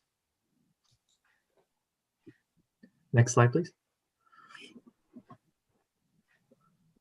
All right, so for the project overview, we want to provide a bit of a legislative context to really set the stage for why, why we're working on this project. So first, we want to acknowledge that this is just a part of a larger effort to streamline and facilitating housing production, especially in light of the housing crisis in the state of California. The state has recognized this and passed Senate Bill 2, which established a planning grant program to streamline housing approvals and accelerate housing production. We received a grant from HCD to complete a suite of projects that further the state's goal. And as you know, there was also a new state law that prompted the city to work on a new ADU ordinance. And the state is requiring local jurisdictions, has required local jurisdictions to relax development standards for ADUs and also streamline the permitting process. But the requirements are fairly complex and can be confusing just because there are so many types of ADUs now. And each with different requirements. So, this is really the reason why we're embarking on this effort. And as I mentioned, there are other projects involved. We're using the grant funding for 2 other projects. One is the objective design standards. We do not have design guidelines outside of our specific plan areas. And the ones that we do have in those areas, they are not all objective. We're seeking to clarify these design expectations to make it super clear for developers and also minimize the back and forth to streamline the process. Another project, a piece of this effort is an ADU web application, which will complement the ADU toolkit, which is part of what we're going to really go over in more detail today. So this application, we hired Symbian to implement an online visualization tool to allow homeowners to design and locate their ADU based on Milpitas' requirements and select pre-approved designs. So it's probably a little hard to imagine, but it uses the software uses GIS, and it allows the homeowner to design their own ADUs. So it's really exciting. It'll be very modern and tech savvy, and I think this is something that will make it much easier for homeowners to navigate this process. And of course, the project that we will focus on talking about today, because we're a little bit further along in the process, is the Development Review Handbook, which is meant to be an internal and external tool for staff, but also for the public. And then the ADU Toolkit, which will help homeowners navigate these new regulations, really emphasize graphics and illustrations to highlight and to clarify all the key standards, and also to streamline the process and hopefully increase ADU production as a source of affordable housing. All right. And then next slide, please. So for this next part of the presentation, Samantha Suter is here, our consultant, who is helping us with this project to go over the details of the project. Jay, sorry, did you want me to take the roles and responsibilities? I was still in the mode of another presentation where we had a different order, so I'll continue this presentation. We're going to go over the development review process before we get into the project details. Next slide, please. All right, so a big part of this handbook will be to go over the roles and responsibilities of all the participants in the process. So please bear with me. I know you guys are all familiar with the process and the roles, but we want to quickly go over it so that we can set the stage for talking about the handbook and then also the Q&A portion. But there's the homeowner and applicant, right, who has a big impact on the process depending on their willingness to work with staff, responsiveness to comments. As you know, the more resubmittals, the longer it takes. So this is obviously a key participant. The project planner, of course, who is the project manager who juggles various factors and comments from all the other staff.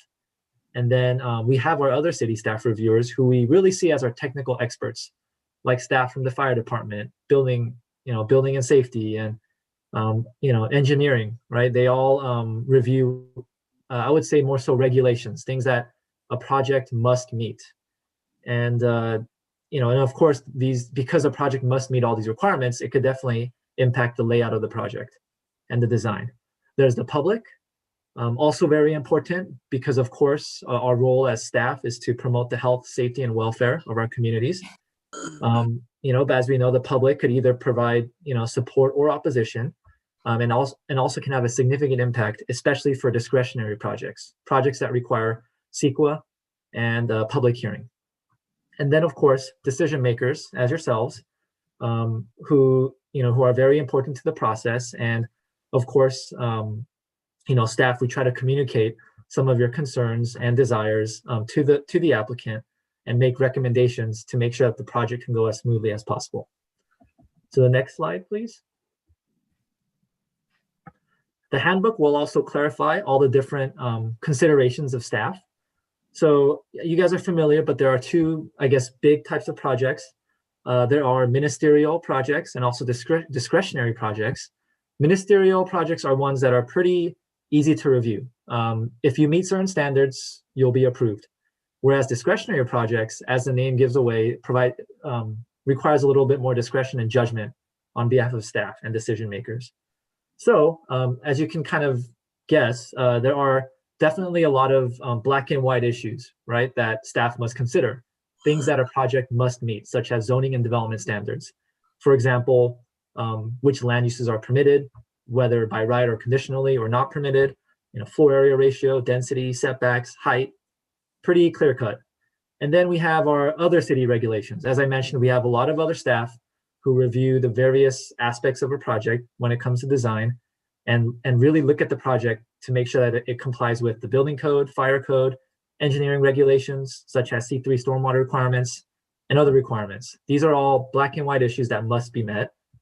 However, there are a lot of discretionary issues, such as, first and foremost, the project findings, which we must make whether for approval or denial. And then we have design guidelines, right, which are somewhat subjective, but we want to establish as clear criteria as possible for projects. And then we have general plan and specific plan policies. Although these policies don't provide specific requirements, they do have an intent, and they support many development principles. So we want to make sure that the project furthers these policies. And then we have community input, of course. Being that these projects, we of course want to protect our existing neighborhoods and improve the quality of life of all of our residents.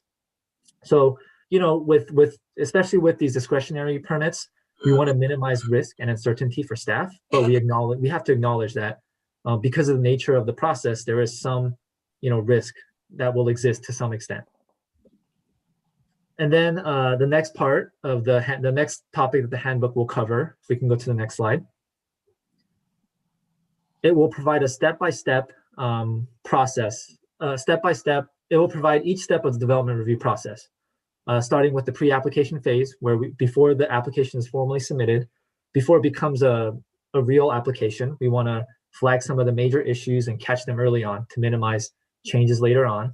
Then, of course, we have the plan review process where, staff review the project and then provides comments to the applicant. The applicant responds by resubmitting, and this could happen over and over again, right? And this is also where we want to definitely encourage the applicant to do community outreach to the various stakeholders in anticipation of a potential hearing. And if everything goes according to plan, we'll get to the hearing phase. We have our noticing requirements, and we have to prepare a lot of documents such as a staff report, findings, and conditions of approval. And then, of course, we have some projects that just require a decision from the Planning Commission and other advisory bodies. And then we have some permits that go all the way to City Council. So recommendation by an advisory body and then approval by City Council.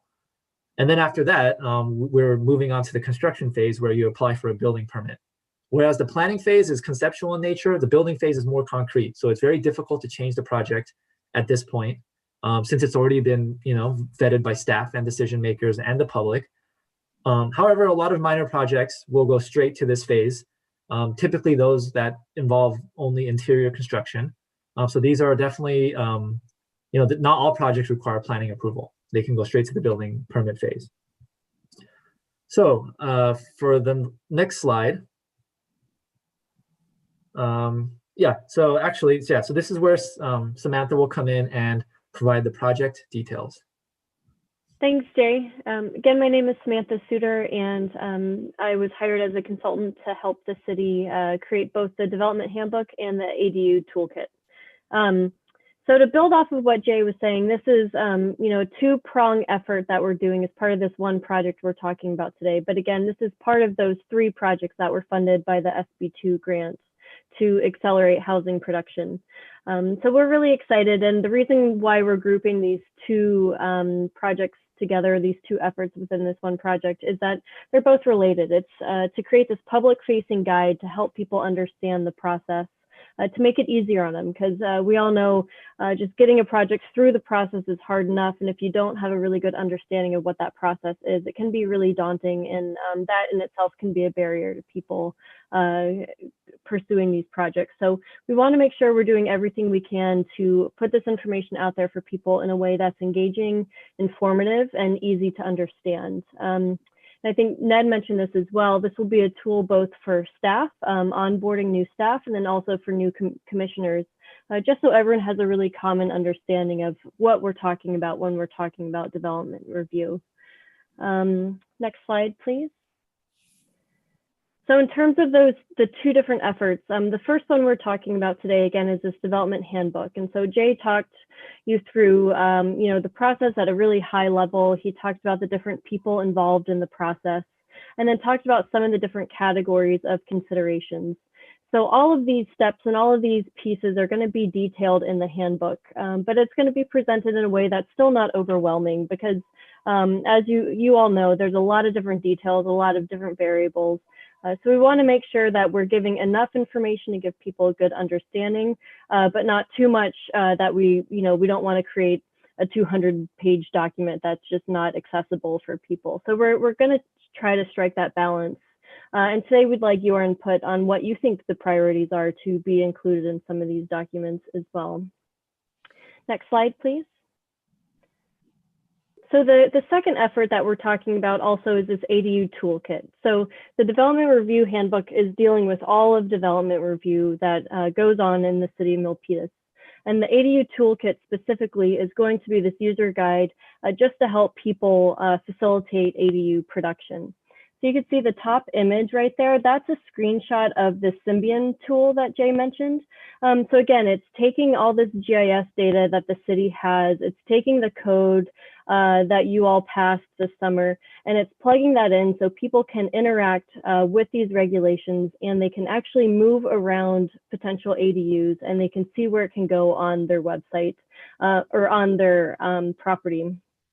And so it's all user friendly on the website, and it's linked to different ADUs that are already designed, and they're consistent with the city ordinance. So there's a bit of reality here that I think is really impressive, but it's presented in this way that's simple enough that people can get there and just move the boxes around and have a good understanding of what their lot can accommodate. So in terms of the ADU toolkit, we're going to feed different aspects of the ADU review process to homeowners and property owners, but we're also going to point them to this web-based tool. So we haven't started a lot of this effort yet, just because Symbion's getting up and running. We want to let them get a lot of this program done enough so we can know what the toolkit needs to do to support that. But that is coming very soon. The last part of the ADU toolkit is that we're going to identify these different types of ADUs that Jay mentioned. There's different regulations and standards that go along with each type of ADU. So we want to spell out all those differences so people can really have a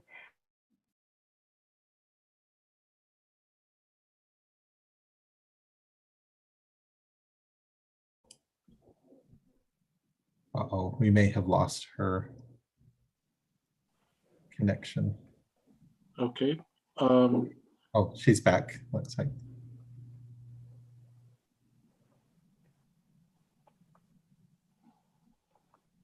Well, until we can get that to advance. Oh, can you guys hear me? We, Samantha, we lost you for probably about 20 seconds. Okay, can you hear me now? Loud and clear. Okay. I was asking to advance the slide anyway, so hopefully, okay, perfect. So this is where we are in the process. So we're still very early on. We've been working on this about a month or two. So we're collecting and reviewing a lot of the background documents. We're reaching out to different stakeholder groups. So tonight's a great example of that. We've also met with different planning staff groups and the development review committee and then the developer roundtable. So we're trying to just cast the net out wide early on in the process, just so we could hear from the different stakeholders involved in the process. You know, what works in development review? What questions do you have or have you heard in the community about ADUs?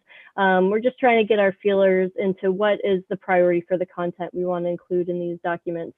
And then in about a month or so, we'll have a list of recommendations and a draft outline. You can advance the slide. So then we can have a draft early next year. Advance again. And then we'll take that back to the stakeholders. So you'll see the draft probably spring time next year. We'll incorporate any of your final edits and then advance one more time. And then we'll have a launch later next summer. So it's a pretty simple process, and we just, for the most part tonight, want to let you know what we're doing, just so you can, you know, let us know what sort of content you want to include. But we also want to get your preliminary thoughts about some priorities to include in both the development handbook and the ADU toolkit. So that's a pretty brief overview. Advance one more time. And then again, we're working on creating this initial recommendations, and we'll have a draft that you can review, you know, sometime early next year. So you'll hear from us again, and you know, this is just the first step in the process. So with that, I think we just want to open it up for questions. If you have any questions for us about the content, or if you have any specific thoughts about development review, I think we can kind of have an informal discussion. Is that what we were planning on, Jay? Yes, we do have a couple of backup questions, but we'd be happy to take any questions. Okay, and I'd like to just open the floor to the commissioners. Any questions, Commissioner Alcorn? Vice Chair Alcorn, apologies. So San Jose implemented a grace period policy with ADUs that it basically allows you to go through a slightly modified process for ADUs that are already existing and non-conforming or straight up illegal. It's a chance for them to kind of go and legalize the ADU that has, maybe it's been there for a while, maybe they built it and didn't know that there's a process you had to go through. Are we implementing any sort of grace period for non-conforming ADUs?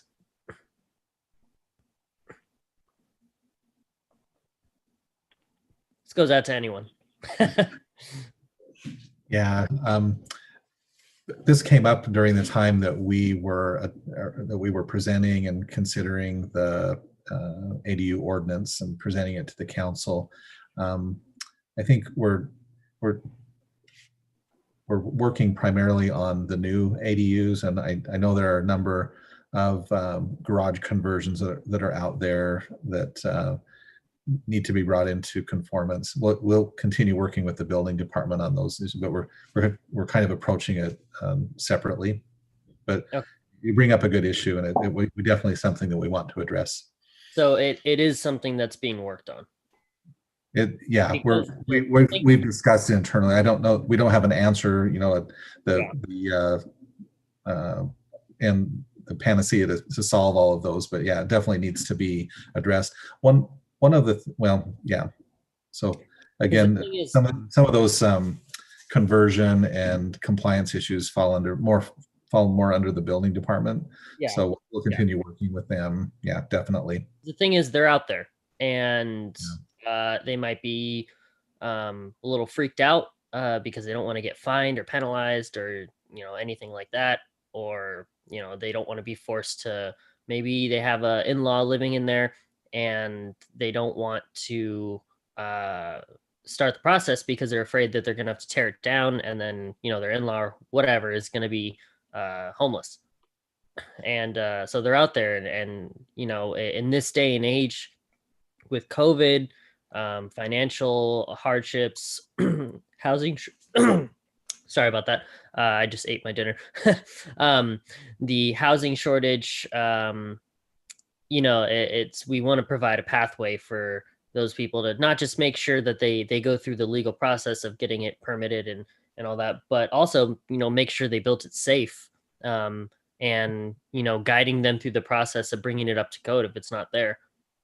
Yeah, definitely. And, it's a really good comment. And Jay and Samantha, it's something that I don't know that we had considered it, but we may want to include a page or two.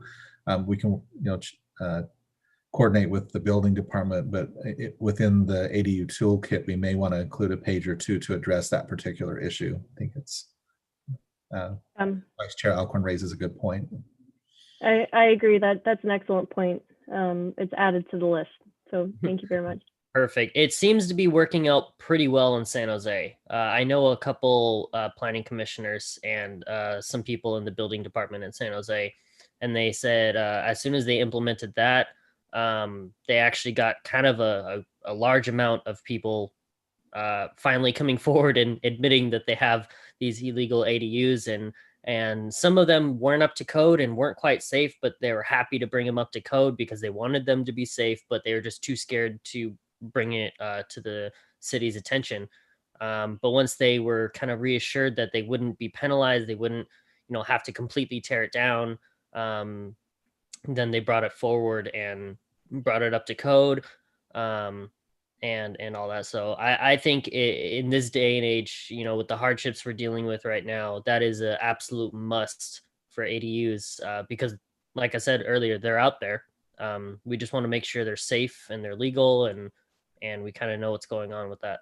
So thanks for taking my comment. Thank you, Vice Chair. And I saw Commissioner Chua's hand raised. Please. Chair Tao, this is a question for, I think, either Jay or Samantha. I'm looking at the Meta Urban Design attachment, the second one.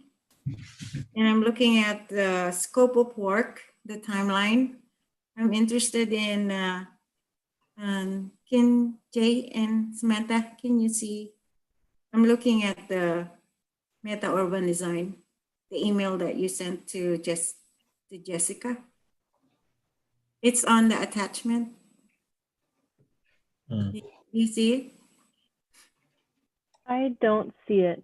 It's yet. After the grant form, and the second one is this email. Jay, do you know if that's just the scope of work? Is that what that attachment was? That's the scope Yes. of work. Attachment, Okay. scope of work. Okay, my question is, where are we on this timeline? Yeah, we are really early. So I think when we wrote that, just getting through the contracting process took, I think, a month or two longer than that schedule is shown. So we're about a month and a half or 2 months into it. So we're at the point, I don't have it up in front of me, I'm sorry, but we're at the point where we're reviewing background information and we're about to draft the recommendations memo. So I think that's task 2.1 or 2.2 in the numbers. Yeah, that's right. When I was reading all the attachments, and I was gonna ask if there is room to, because there are like some on the project plan. There were like 4 weeks, and because I'm really excited about this, because I don't know if you know that I'm an advocate of ADU, and I really want to see this yesterday. So I got excited when I saw it on the agenda, and so I just want to see it as soon as possible, if it's even possible. And I'm looking forward to looking at the website, the initial draft. That would help a lot, because if you have that website and you have the development handbook and the toolkit, that's a complete set to, well, easy. Hopefully it's easier. Focus on the homeowners, not just our city staff, but make it to the basic level of the understanding of the homeowners. And I think if you meet that objective, that would be awesome. It will make this more successful. And I really want to thank Director Thomas for even thinking about this. And I saw it started sometime in 2019 to get that grant of $310,000. I mean, that is wonderful. Anyway, kudos to you, Director Thomas. This is really an awesome, this is one of my platform to get this ADU out to our residents, because I've gotten a lot of questions about this, at least people that are seriously looking into ADUs. And if we have these tools, we can have more ADUs here in Milpitas. Thank you very much.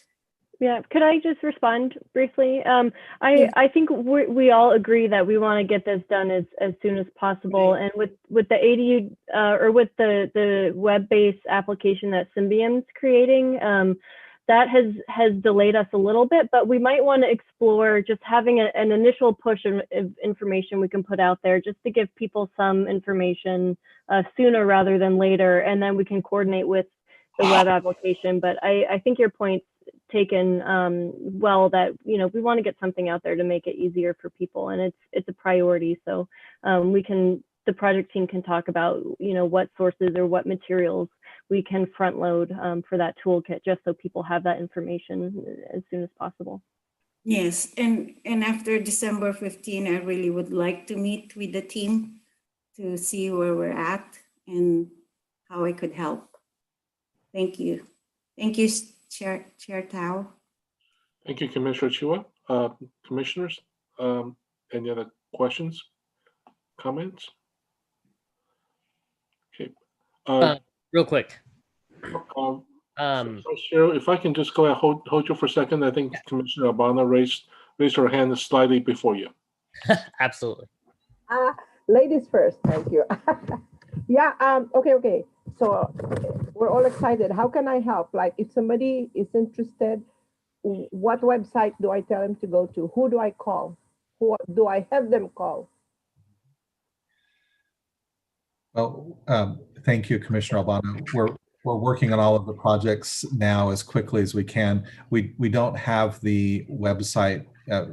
We're just at the beginning of the stages of both projects, but We do plan to have them done, as you can see on the timeline, by the middle of next year. We're working as quickly as we can. I agree. We will look internally, and Jay and Samantha, we can see if there's something that we can put out a little bit more quickly, some interim information, but we want to make sure that we get it right. And we actually have Jay and Samantha working on this project, and then the website, the visualization tool is actually a little more, obviously it's computer based, but it's also, as Jay mentioned, tied to our GIS system. So we have another of our staff members, Avery Stark, working on that with our GIS team from the Public Works Department. So we'll work as quickly as we can, and as soon as we have something ready, we'll be sure to let all of the planning commissioners know. I was just going to add to what was said earlier that on the staff side, we're very anxious to have these tools ready as well. I don't have the numbers in front of me, but we have noticed an uptick in applications for ADUs, and right now we're just answering those in an ad hoc way and providing the information as best we can. But these tools will be really helpful to staff and help streamline our process as well. So we appreciate the interest and the enthusiasm that we have behind this. It's really great to have that support. Thank you. Thank you, Director Thomas. I have clients that they just want to know if they have converted garages and they want to convert it to an ADU. Do I just advise them to just get in touch with the city and then just apply? Yeah, that's probably the best approach. If they've already converted their garages, they will need to, they can start with the planning department, but they really should start, we'll also need to work with the building department, and eventually, internally we'll look at it through fire safety as well.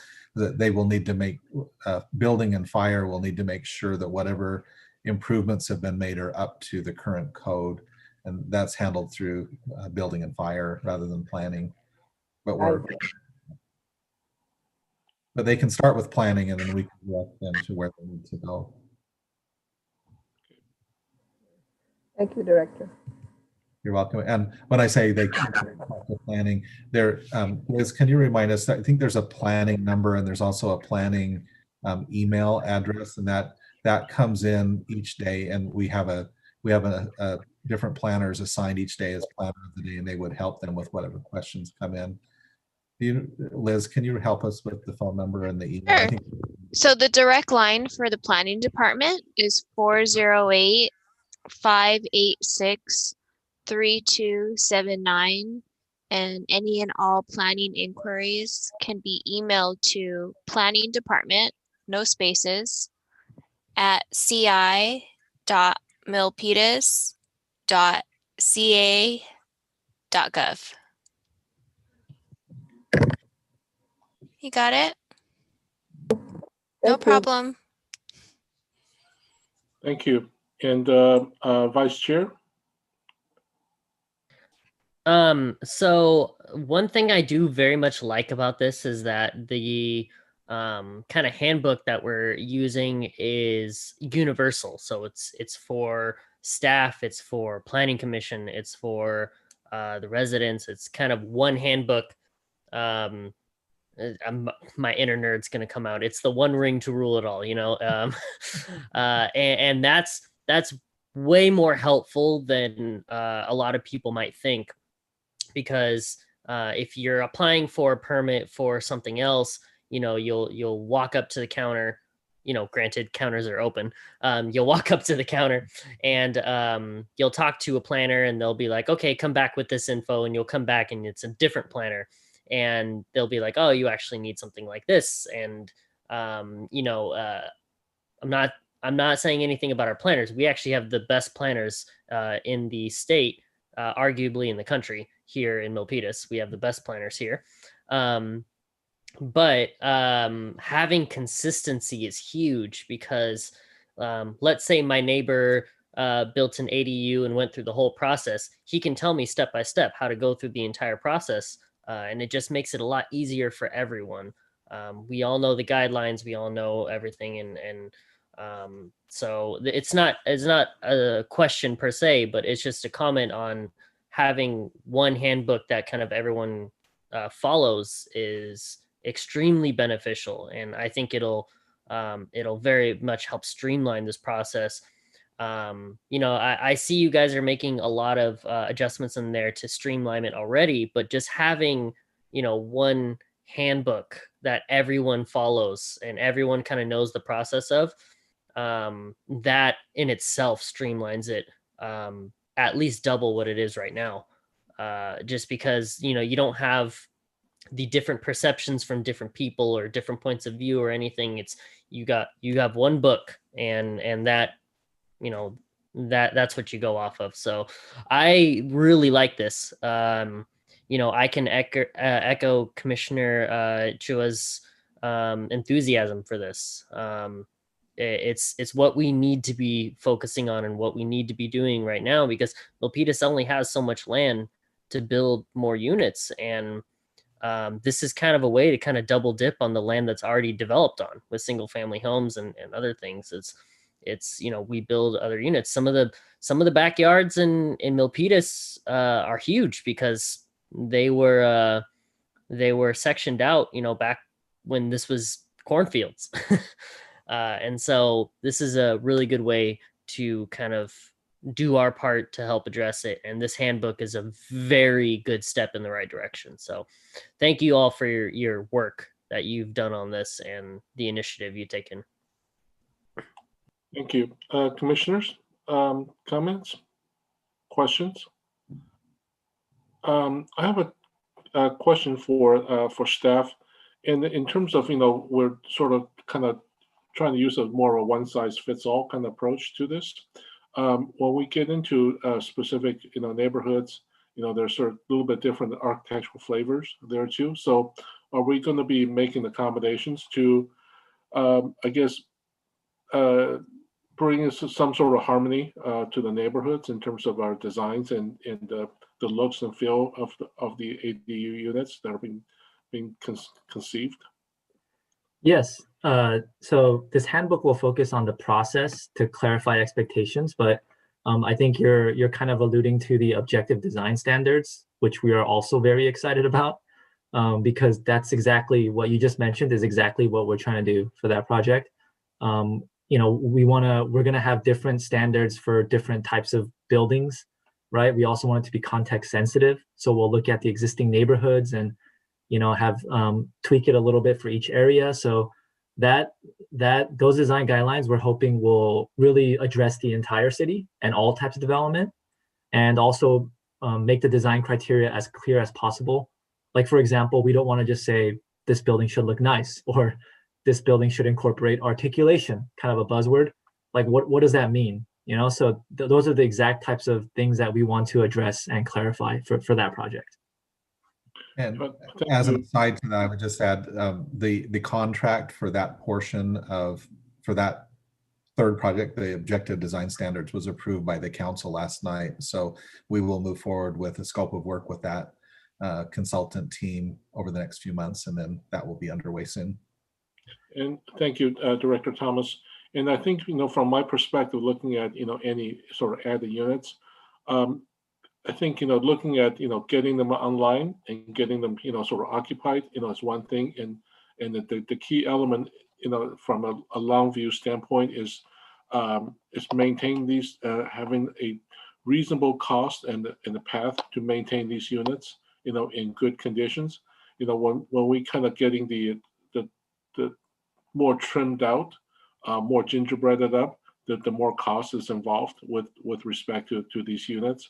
And so, I'd like to see these sort of, if at all possible, kind of kept them as sort of clean lined as possible, so that the different elements, the intersections of different building components, vertical trim, with a siding die into it, you're adding trim to it, that's just, down the road, it's one more cost, and nobody, really, back prime, the wood members, building a lot of these structures.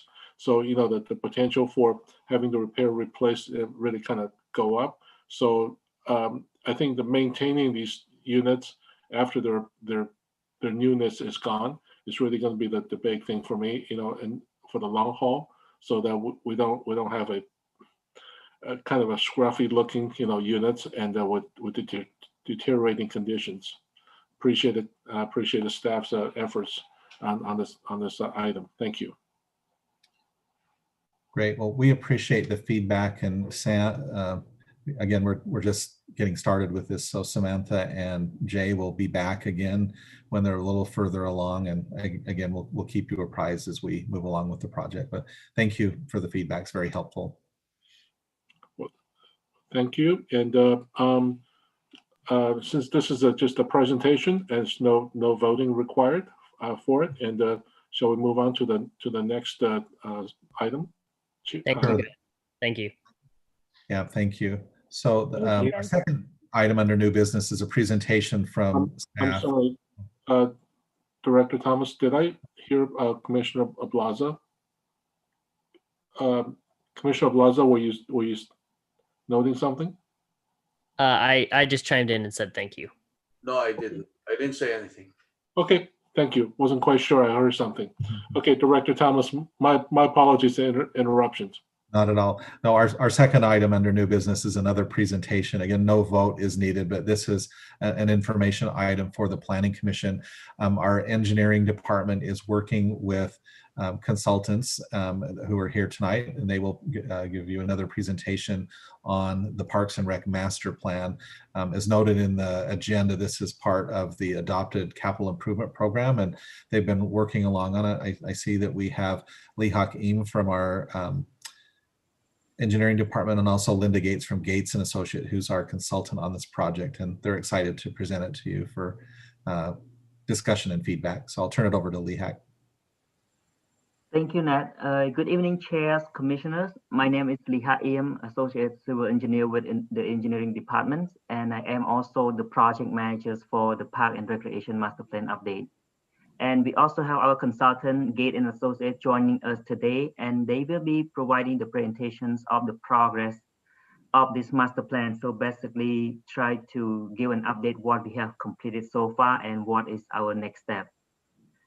So this project basically is just to provide an update of the existing 2008 Park and Recreation Master Plan documents. And this document will be serving as the roadmap to assist the city in preparing both short-term and long-term planning for the current and future improvements, programming, and renovations. So with that being said, I'm going to turn this over to Linda Gate, the Principal Project Manager with Gate and Associate. Thank you. Thank you, Leak. As Leak mentioned, my name is Linda Gates. I'm with Gates and Associates. We're a landscape architecture firm, and our mission is to get people outside. So you can imagine that working on a park and recreation master plan is really exciting for us, because if we got more people outside, we'd be happier and healthier, I think. Next slide. So as you're aware, this is an update, and the purpose of a park and recreation master plan is to serve, as Leak said, to provide a roadmap to future improvements. I think it's really an interesting time to be undertaking this right now, because I think we're all rethinking a little bit how we use our parks and open space. There's a much greater appreciation for being able to walk on trails or use open space. And I also think as we go back even to the new normal and people work from home more, we'll start using our parks and open space more through the week, as opposed to commuting to other cities. So I think how we interact with parks and open space will be changing over the next decade. So I think it's really a great time to be looking at this. In doing the project, we assess the existing city parks, facilities, and programs. So it's not just about parks, but it's recreation too. So your programs and events and all the things that your recreation department does. We've expanded the scope a little bit from some of your more typical park and recreation master plans. We've been asked to look at sort of the fee structure and cost recovery for programs. So we've been looking at what other cities offer in the way of programs and what they charge for that. And it's not 100% apples to apples, but to give some range of what kind of cost recovery targets you could have related to your programs and such. As with all master plans for a community, it really needs to be targeted towards your community. The Park and Recreation Master Plan for Milpitas is not going to be the same as one for Burlingame or Daly City or San Francisco. It's for Milpitas, and it needs to be a reflection of the things that people in Milpitas value and their culture. And so that's a big part of this is the input, and that's part of why we've come to you tonight, to just share with you what we're doing and solicit input from you. Next slide. So the other thing that's really great about doing this right now is that you're updating your general plan, as you know. So it's often you have documents that were prepared at separate times that aren't 100% aligned with each other. Well, the great thing about this is we can be interacting with the team working on the general plan and really sort of align the policies and directions they're coming up with, ones in the Park and Recreation Master Plan. Two sort of key goals that are coming out of the general plan that I think are really appropriate to talk to you tonight about, because I think they're kind of overarching parts about Milpitas. Is one is serving the needs of all the residents in Milpitas. So this means we want to make sure that teenagers and seniors feel comfortable in the park. We want to make sure that people who've lived in Milpitas a long time and live in traditional houses with backyards and stuff are just as comfortable with some of the people moving in the newer developments where the parks in fact become their backyards. And definitely want to be all inclusive to people, some of our vulnerable population feeling welcome in the parks. The second thing I think that the general plan covers, it's very apropos to Milpitas, is we're not growing any more land. And in order to meet the recreation needs of your community, it's going to take collaboration with other public agencies, the county and the school district. So this allows us to take public resources and sort of pool those resources together to efficiently maximize the recreation opportunities for the community. And those collaborative partnerships are part of how this plan will be successful. Next slide. So not only is the general plan being updated, as you know, but the Milpitas Metro specific plan is being updated at the same time. And of course, they're looking at challenges about meeting the residential needs of those new communities and such. And we've been talking about the idea of experience over acreage and how we set standards that meet those recreation needs when maybe you can't always meet the acreage needs that are lined up in the general plan. So this, once again, that kind of collaboration is really dynamic, and it's a unique opportunity to have this all happening at the same time. And then you add that the bike and way and pedestrian master plans being updated, and connectivity between parks is a really high value for the Milpitas residents. They like to be able to access their parks. They like the close parks to get to. So it's just really a great time. This is an update. So we're building on the 2008 Parks and Recreation Master Plan. Next slide. So this master plan, which was done in 2008 and is under a similar process, was able to encourage the city to invest $26 million in the parks and recreation system in Milpitas. New fields at the Milpitas Sports Center, the new skate park, a number of new neighborhood parks were redesigned, playgrounds are built, a lot of improvements were made. So this kind of, the previous plan resulted in this kind of reinvestment in the park and recreation system. So this one that we're developing now, we're kind of playing it forward, outlining the program and the priorities to encourage that same level of investment in park and recreation in the future. Next slide. So to date, we've been doing a lot of data collecting, and obviously data collecting, talking to the community, but also just going out and visiting all 36 of the parks and doing sort of an assessment of the conditions. Some are, you know, been recently redone. Other ones are probably in line for renovation. So kind of an idea about what you have, the types of amenities in the park, looking at the distribution, like are all the soccer fields in one part of town or something. So really sort of looking at the existing condition. We're also looking, and the general plan is providing us a lot of insights on that, on the fact that we need to accommodate another 20,000 people before probably over the next 10 years, and looking at how we're going to meet their recreation needs. Changes in the demographics, your population is aging, as in many communities, but you also have a number of new residents moving in, as I say, in different kind of housing types, look at your park system differently. a lot of cultural diversity in Milpitas. It's been very exciting to work with that, but it also, each culture sometimes brings a different way that they use the park system or different demands for different kind of recreation uses. I mean, a huge demand for cricket in Milpitas. So in addition to looking at the existing facilities and sort of the demographic trends that are evolving in Milpitas, we do benchmarking, which is where we go out and look at adjacent communities or other communities and understand like how many acres of parkland they have, how many soccer fields do they have per thousand, how many tennis courts do they have per thousand. As I mentioned, we also looked at programs, what kind of, do they have dance classes in this? So we look at it not to match these communities because it is not what we're doing, but it's to understand where Milpitas sits in relationship to other communities, to help them say, oh yeah, no, Milpitas is more, cricket oriented, so they should have a higher cricket ratio, or Milpitas should have more tennis or something. So it's just, it's a tool that we use in our chest of options. And we've been doing benchmarking as well. Next slide. But I think the most important thing we've been doing is trying to engage the community and helping us define what they want, what they like about their park system and what they need in their park system. And as I said, also to sort of maybe reimagine their park system a little bit. So we do this in a series of rounds. So round one, as I said, we were trying to say, what do you like about your park system now? What more do you want? And fortunately, we were able to start that round before we went into shelter in place. So we were able to have some in-person meetings with members of the community. We also had an online survey that went from December to April of 2020. Using that information, then we took some things we learned and we sort of dialed down a little bit further on it. So we're asking specific questions about certain parks. We've been working with certain focus groups to kind of get more clarity in some of the things that we found out in round one. We'll take all this information and then it will come up with recommendations, and that will go out in round three where they're looking at the recommendations and prioritization. But we're in round two right now, and part of the reason we're coming to you is to solicit your input in round two. Next slide.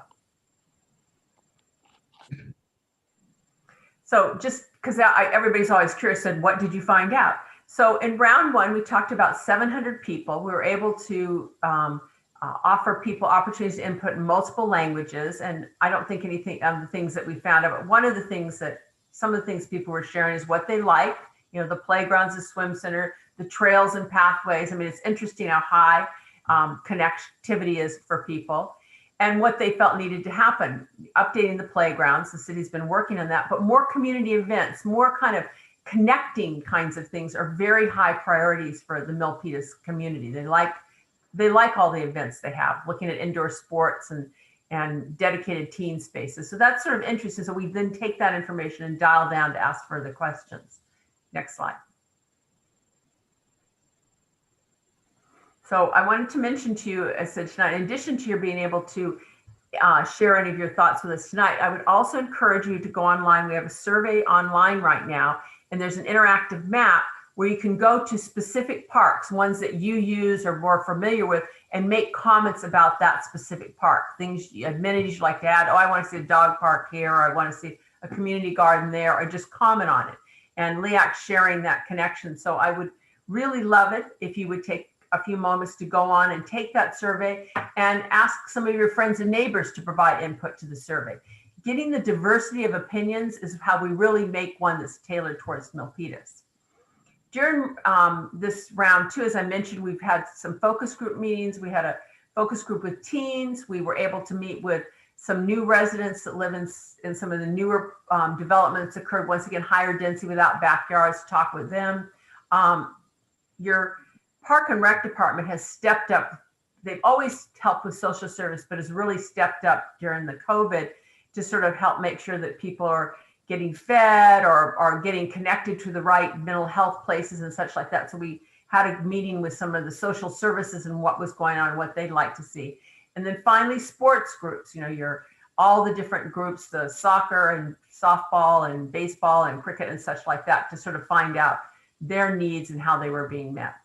In addition to that, we held 2 virtual town hall meetings where the general public was allowed to attend and participate.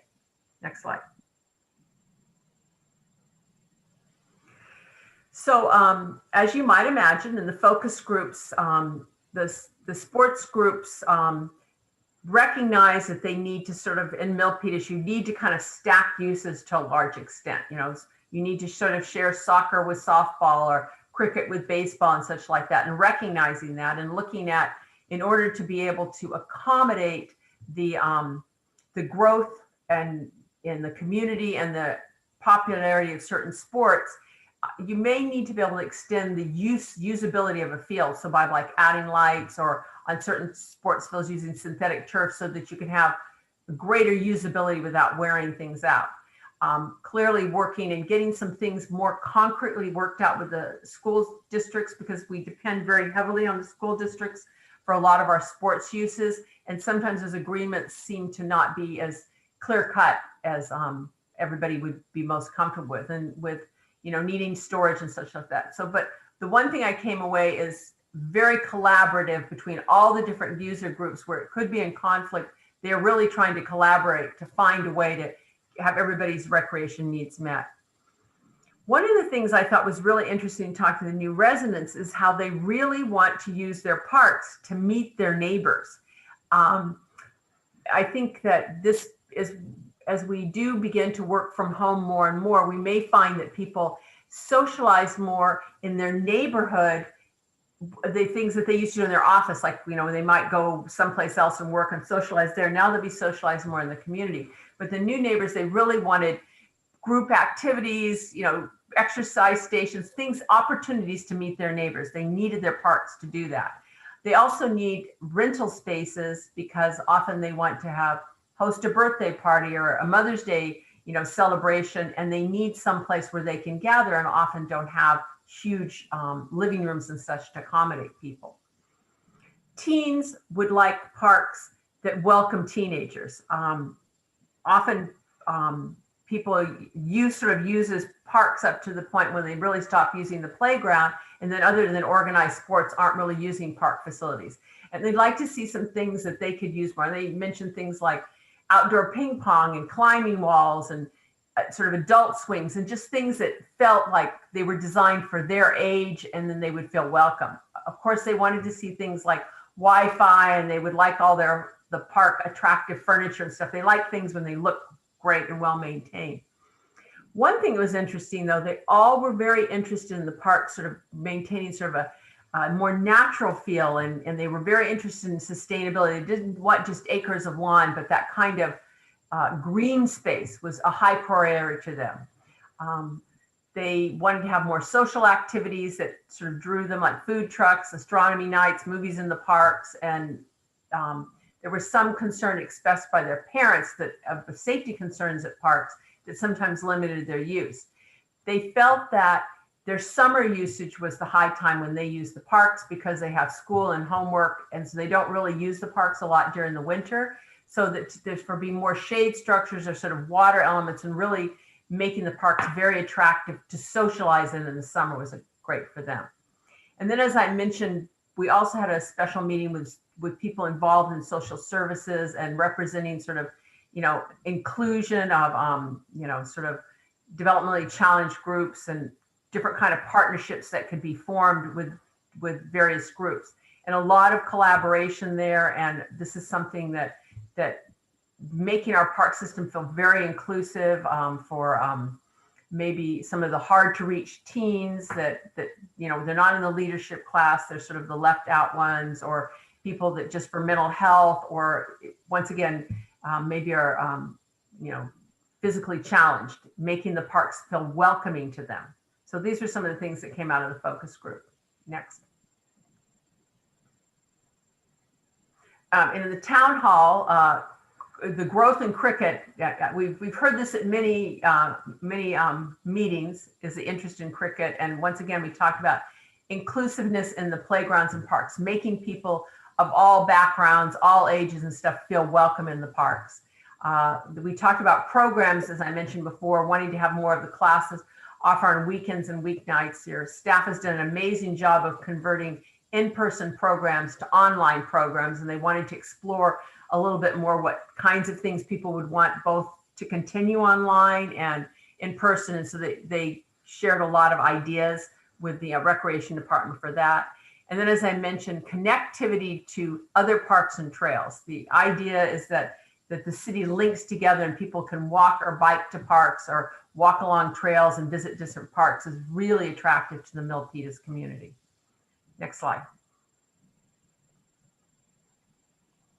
So I mentioned I'd like you to take that online survey. So here's just, it's on our project website. You can, visit the project website. Leah put something in the chat box, but for you to be able to go on and share your opinion about the park around the corner, as I said, or the one that you share with your grandkids or whatever, your specific thoughts on that, as well as some general questions that we would like you to answer, and then to pass it on to others.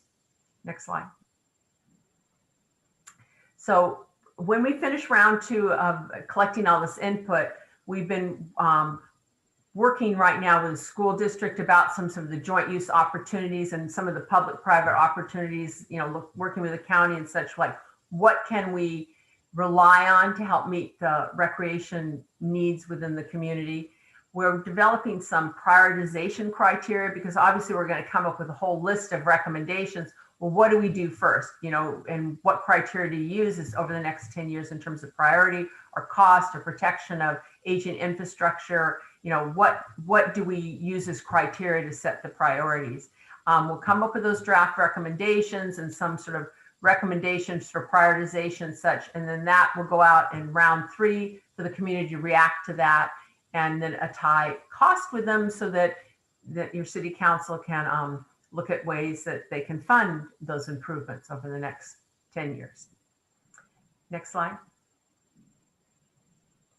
I think it's actually your slide. It's your questions, comments slide.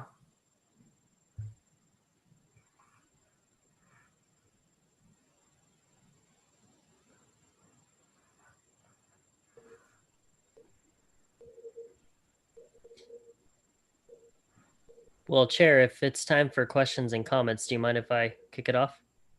Absolutely, Vice Chair, please. I have two relatively short questions.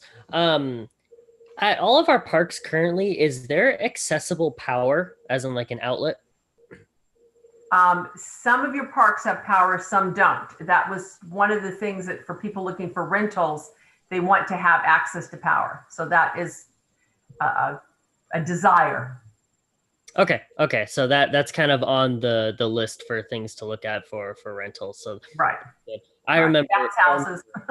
Yeah, I remember going back and renting parks and needing to also rent a generator, which was just, why am I paying to rent the?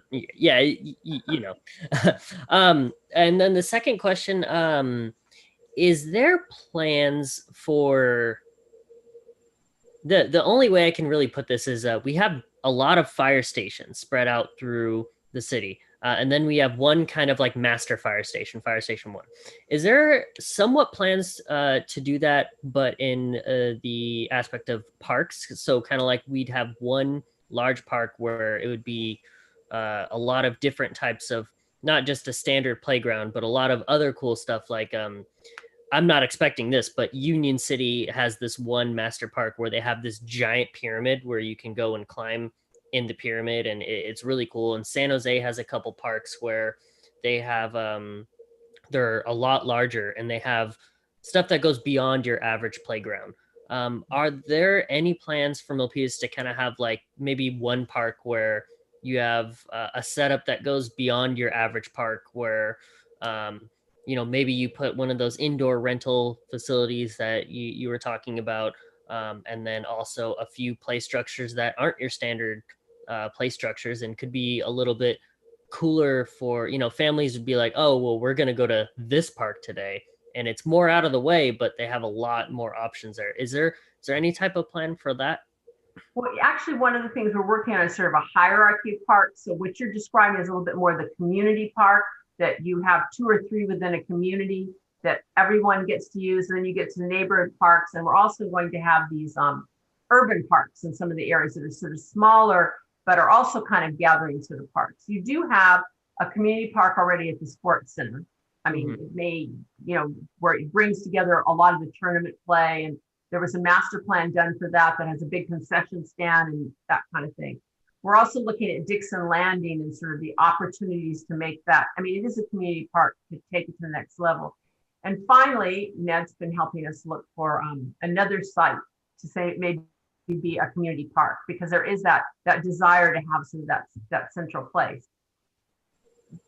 We're also, though, recognizing that kind of gathering kind of event space may also be in a series of like urban parks that might be in some of the new areas where people, that we're trying to make all the parks feel accessible to everyone, so that you feel like you belong to the chain of parks. It's not just like my park in my neighborhood, but I get to use all these different parks, and this one has this cool thing and this one has that cool thing. So, but we're having that hierarchy, but we're also trying to activate all the parks to maybe, you know, this is the park with the dinosaur play area, and this is the park with that, so that they have identity. Okay, that's cool. I like it. Thank you. You're welcome. Commissioners, questions? I have a question. I'm sorry, Commissioner Plaza, please. Yes, Ms. Gates, did you ever consider to put in food forests in some of our parks? Like food forest, where you know, our kids and maybe our residents can also learn how to grow their own food? Well, I think that's pretty interesting. That we do have some community gardens, and that also has come up as a priority among the residents. And the idea of maybe like planting like fruit trees and things like that. When you say a food forest, is that what you're thinking of? Permaculture, actually, not only fruit trees, but also maybe edibles. Right, permaculture. You know, the community garden interest has come up a lot. People hadn't expressed that particular thing, but I think it could be something that could come on the list of things to look at. I think that once again, we're looking at our parks differently now than maybe looked at 10 years ago. Right. We're looking at them more holistically, because frankly, we're using them more on a daily basis than we might have used even 2 years ago. So that's an interesting idea. Yes, it would be great to teach our residents, and especially our kids, how to grow their own food.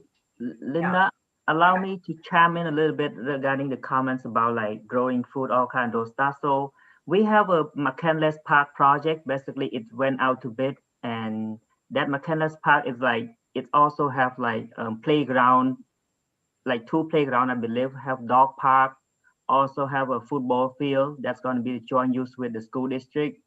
And we also have community garden. So basically, I think like it's allowed A1 to grow fruit over there. Yes, but it's clearly is an interest, as I said, the idea of food, you know. Absolutely. I think it's more important nowadays. Yeah, and just the ecology of it. And I think, as I said, with the teens, they were more like, they understood habitat and the need to, you know, they know about butterflies and pollinators and things like that now. It's just, you know, an idea that we're not just sort of lawn and trees and nothing in between, you know.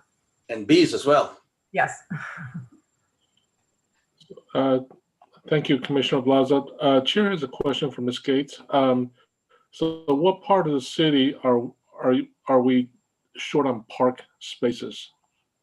It's not so much that you're short of park spaces. I mean, there's some areas of the city that may have more abundance of one kind of like more soccer fields here and there.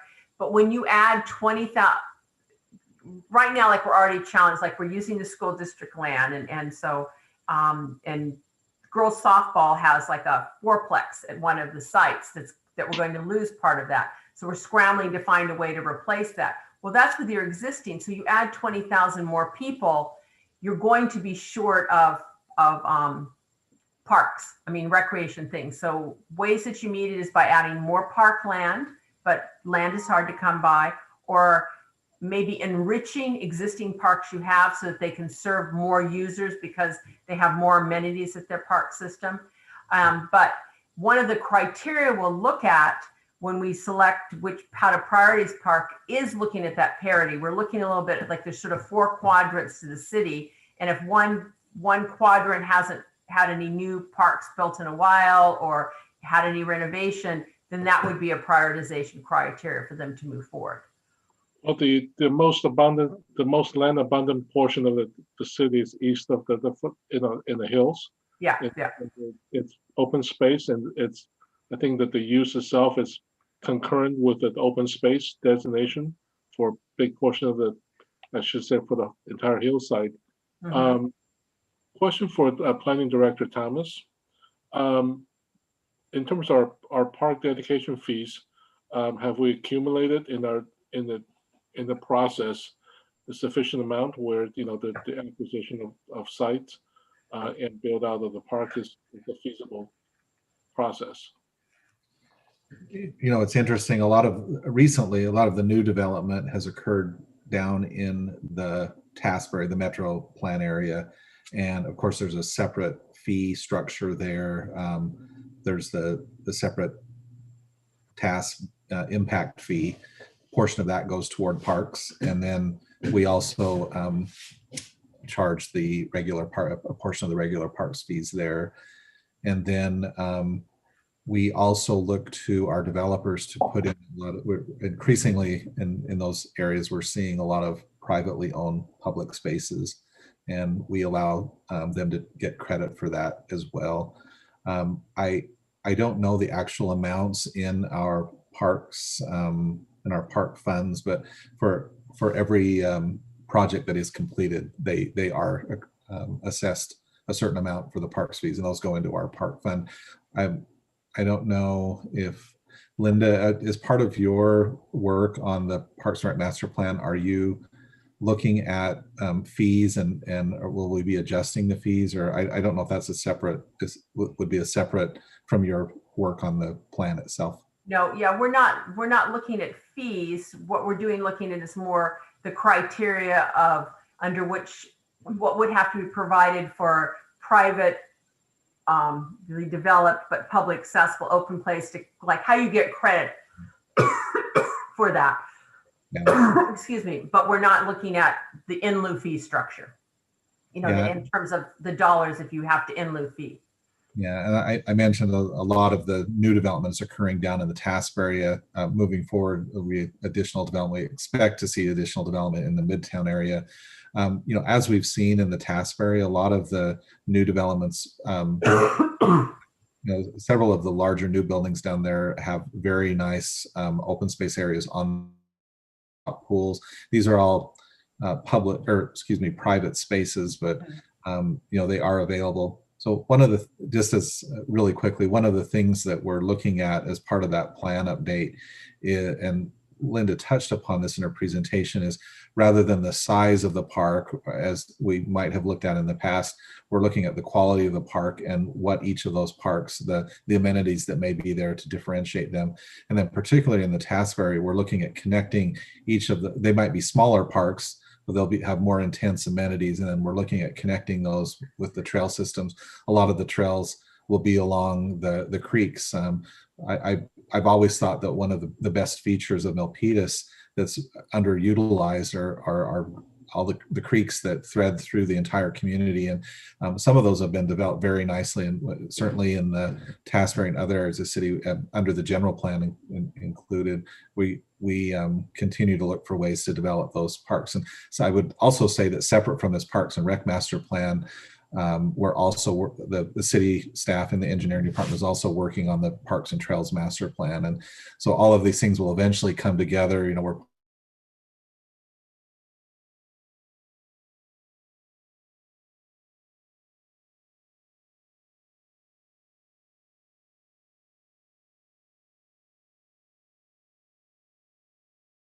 as grant funding too. Thank you, Director Thomas. So going back to Ms. Gates, so how small is too small an open area for park? A lot of the sort of challenged areas where the differentiated park parkland needs are. How small is too small for parklets for sort of the insertion of public open areas? Well, and that's kind of what we're getting at with the sort of acreage versus experience. So too small is when you actually are not able to provide a recreation experience. When there's a point where it gets so small, it's like what I would call glorified streetscape, you know what I mean? But a lot of sort of, in particular with this idea of chains of parks, So maybe you have a half-acre park here and an acre park there, but they're connected by a trail. So that whole experience becomes something. So maybe there's a dog park here, and then you go down there, there's a tot lot, and when you come over here is a basketball court, but it makes a complete recreation experience. So we're trying not to be, I mean, there's probably a point at which, you know, I mean, something that's 10 by 10 is too small, but it's really, that's what we're trying to base it on, that you're providing a meaningful recreation experience that's the right size for that. You know, is it the right size for a couple of tennis courts? Is it the right size to have a gathering space? Is it the right size to have a dog park? And then, you know, to link those together so that you can actually be closer to more people. At least that's sort of how we're evolving out right now, because we don't have the luxury of a lot of 10-acre park spaces and such like that. So something, you know, to the tone of just hypothetically speaking, 6,000 to 8,000 square feet where you create a outdoor space, you know, within the instead area is a consideration. It once again, if it has a meaningful park experience to it. And so I would say something that's just a lawn with a bench sitting there probably isn't really a meaningful, like it's not necessarily giving enough passive area. But if they're able to program it to make it a meaningful park experience, yeah, I mean, we're going a little bit towards more of that performance standard, getting credits for being able to provide experiences. Great, thank you very much. You're welcome. Commissioners, questions or comments? Oh, could I add one thing? I'm just thinking, continue. And this goes to your fee. It's a little bit related to your fee question, Mr. Chair. So as Linda mentioned, it would be very difficult for us to find 5 acres here, or even 10 acres there to build a more traditional park. That's one of the reasons why it's very important that in our master plan, as we prepare the specific plan, that we address the quality of we'll call it the public realm, which includes the parks as well as the streetscapes and anywhere the public generates. One of the reasons that's important from a fee perspective is that as the land values have increased, it's much more cost effective for the city to provide high quality experiences in its smaller parks rather than looking to buy large areas of land where we can put larger parks. But it's always, as with most things, it's striking a balance between, because we really need both, so the smaller parks and the larger parks. But I think increasingly as we look at denser development, then we're looking at spending the money on the quality and the amenities rather than the space. Thank you, Director. Appreciate your comments. And Commissioners, any other questions or comments for Mr. Eam and Ms. Gates? Okay. Seeing none. Yes. I'm sorry, through the chair. So I've noticed a lot of people using the Rancho Middle School facility, the exercise equipment over there. Mm-hmm. Is there any plans for any of the parks to add anything like that in the future? Or actually, if when we were looking back at the list of things people wanted was a group exercise equipment where there are multiple pieces in the same area, so people could.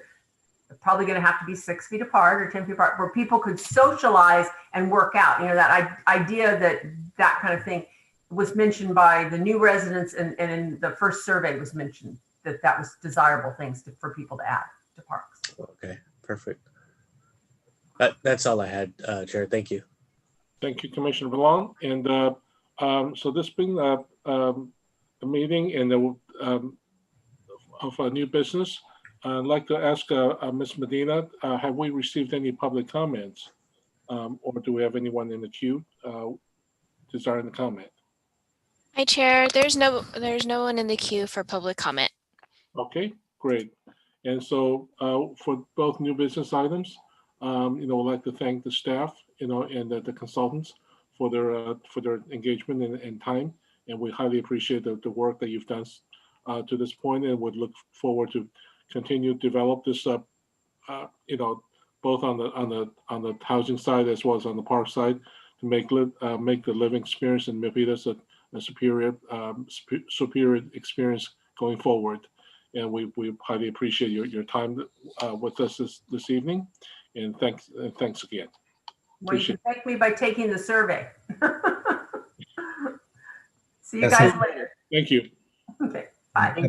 That survey link is in the chat at the bottom of your Zoom screen. If you're interested in taking it now, you can click on it and take it when we're done with the meeting. Oh, Ned, you're a man after my own heart. I already sent it to 3. Leah posted it, so I just wanted to put them. They're both there. And we'll send it out to you in an email tomorrow. Okay, thank you, guys. Thank you, guys. Have a good evening. Bye. Commissioner Albano, do you have a question? Oh, no, I don't have. I was saying goodbye. Okay, Bye. She's anxious. Bye-bye. Thank you, Lehak. Thank you. Okay, so have some prearranged verbiage to read off.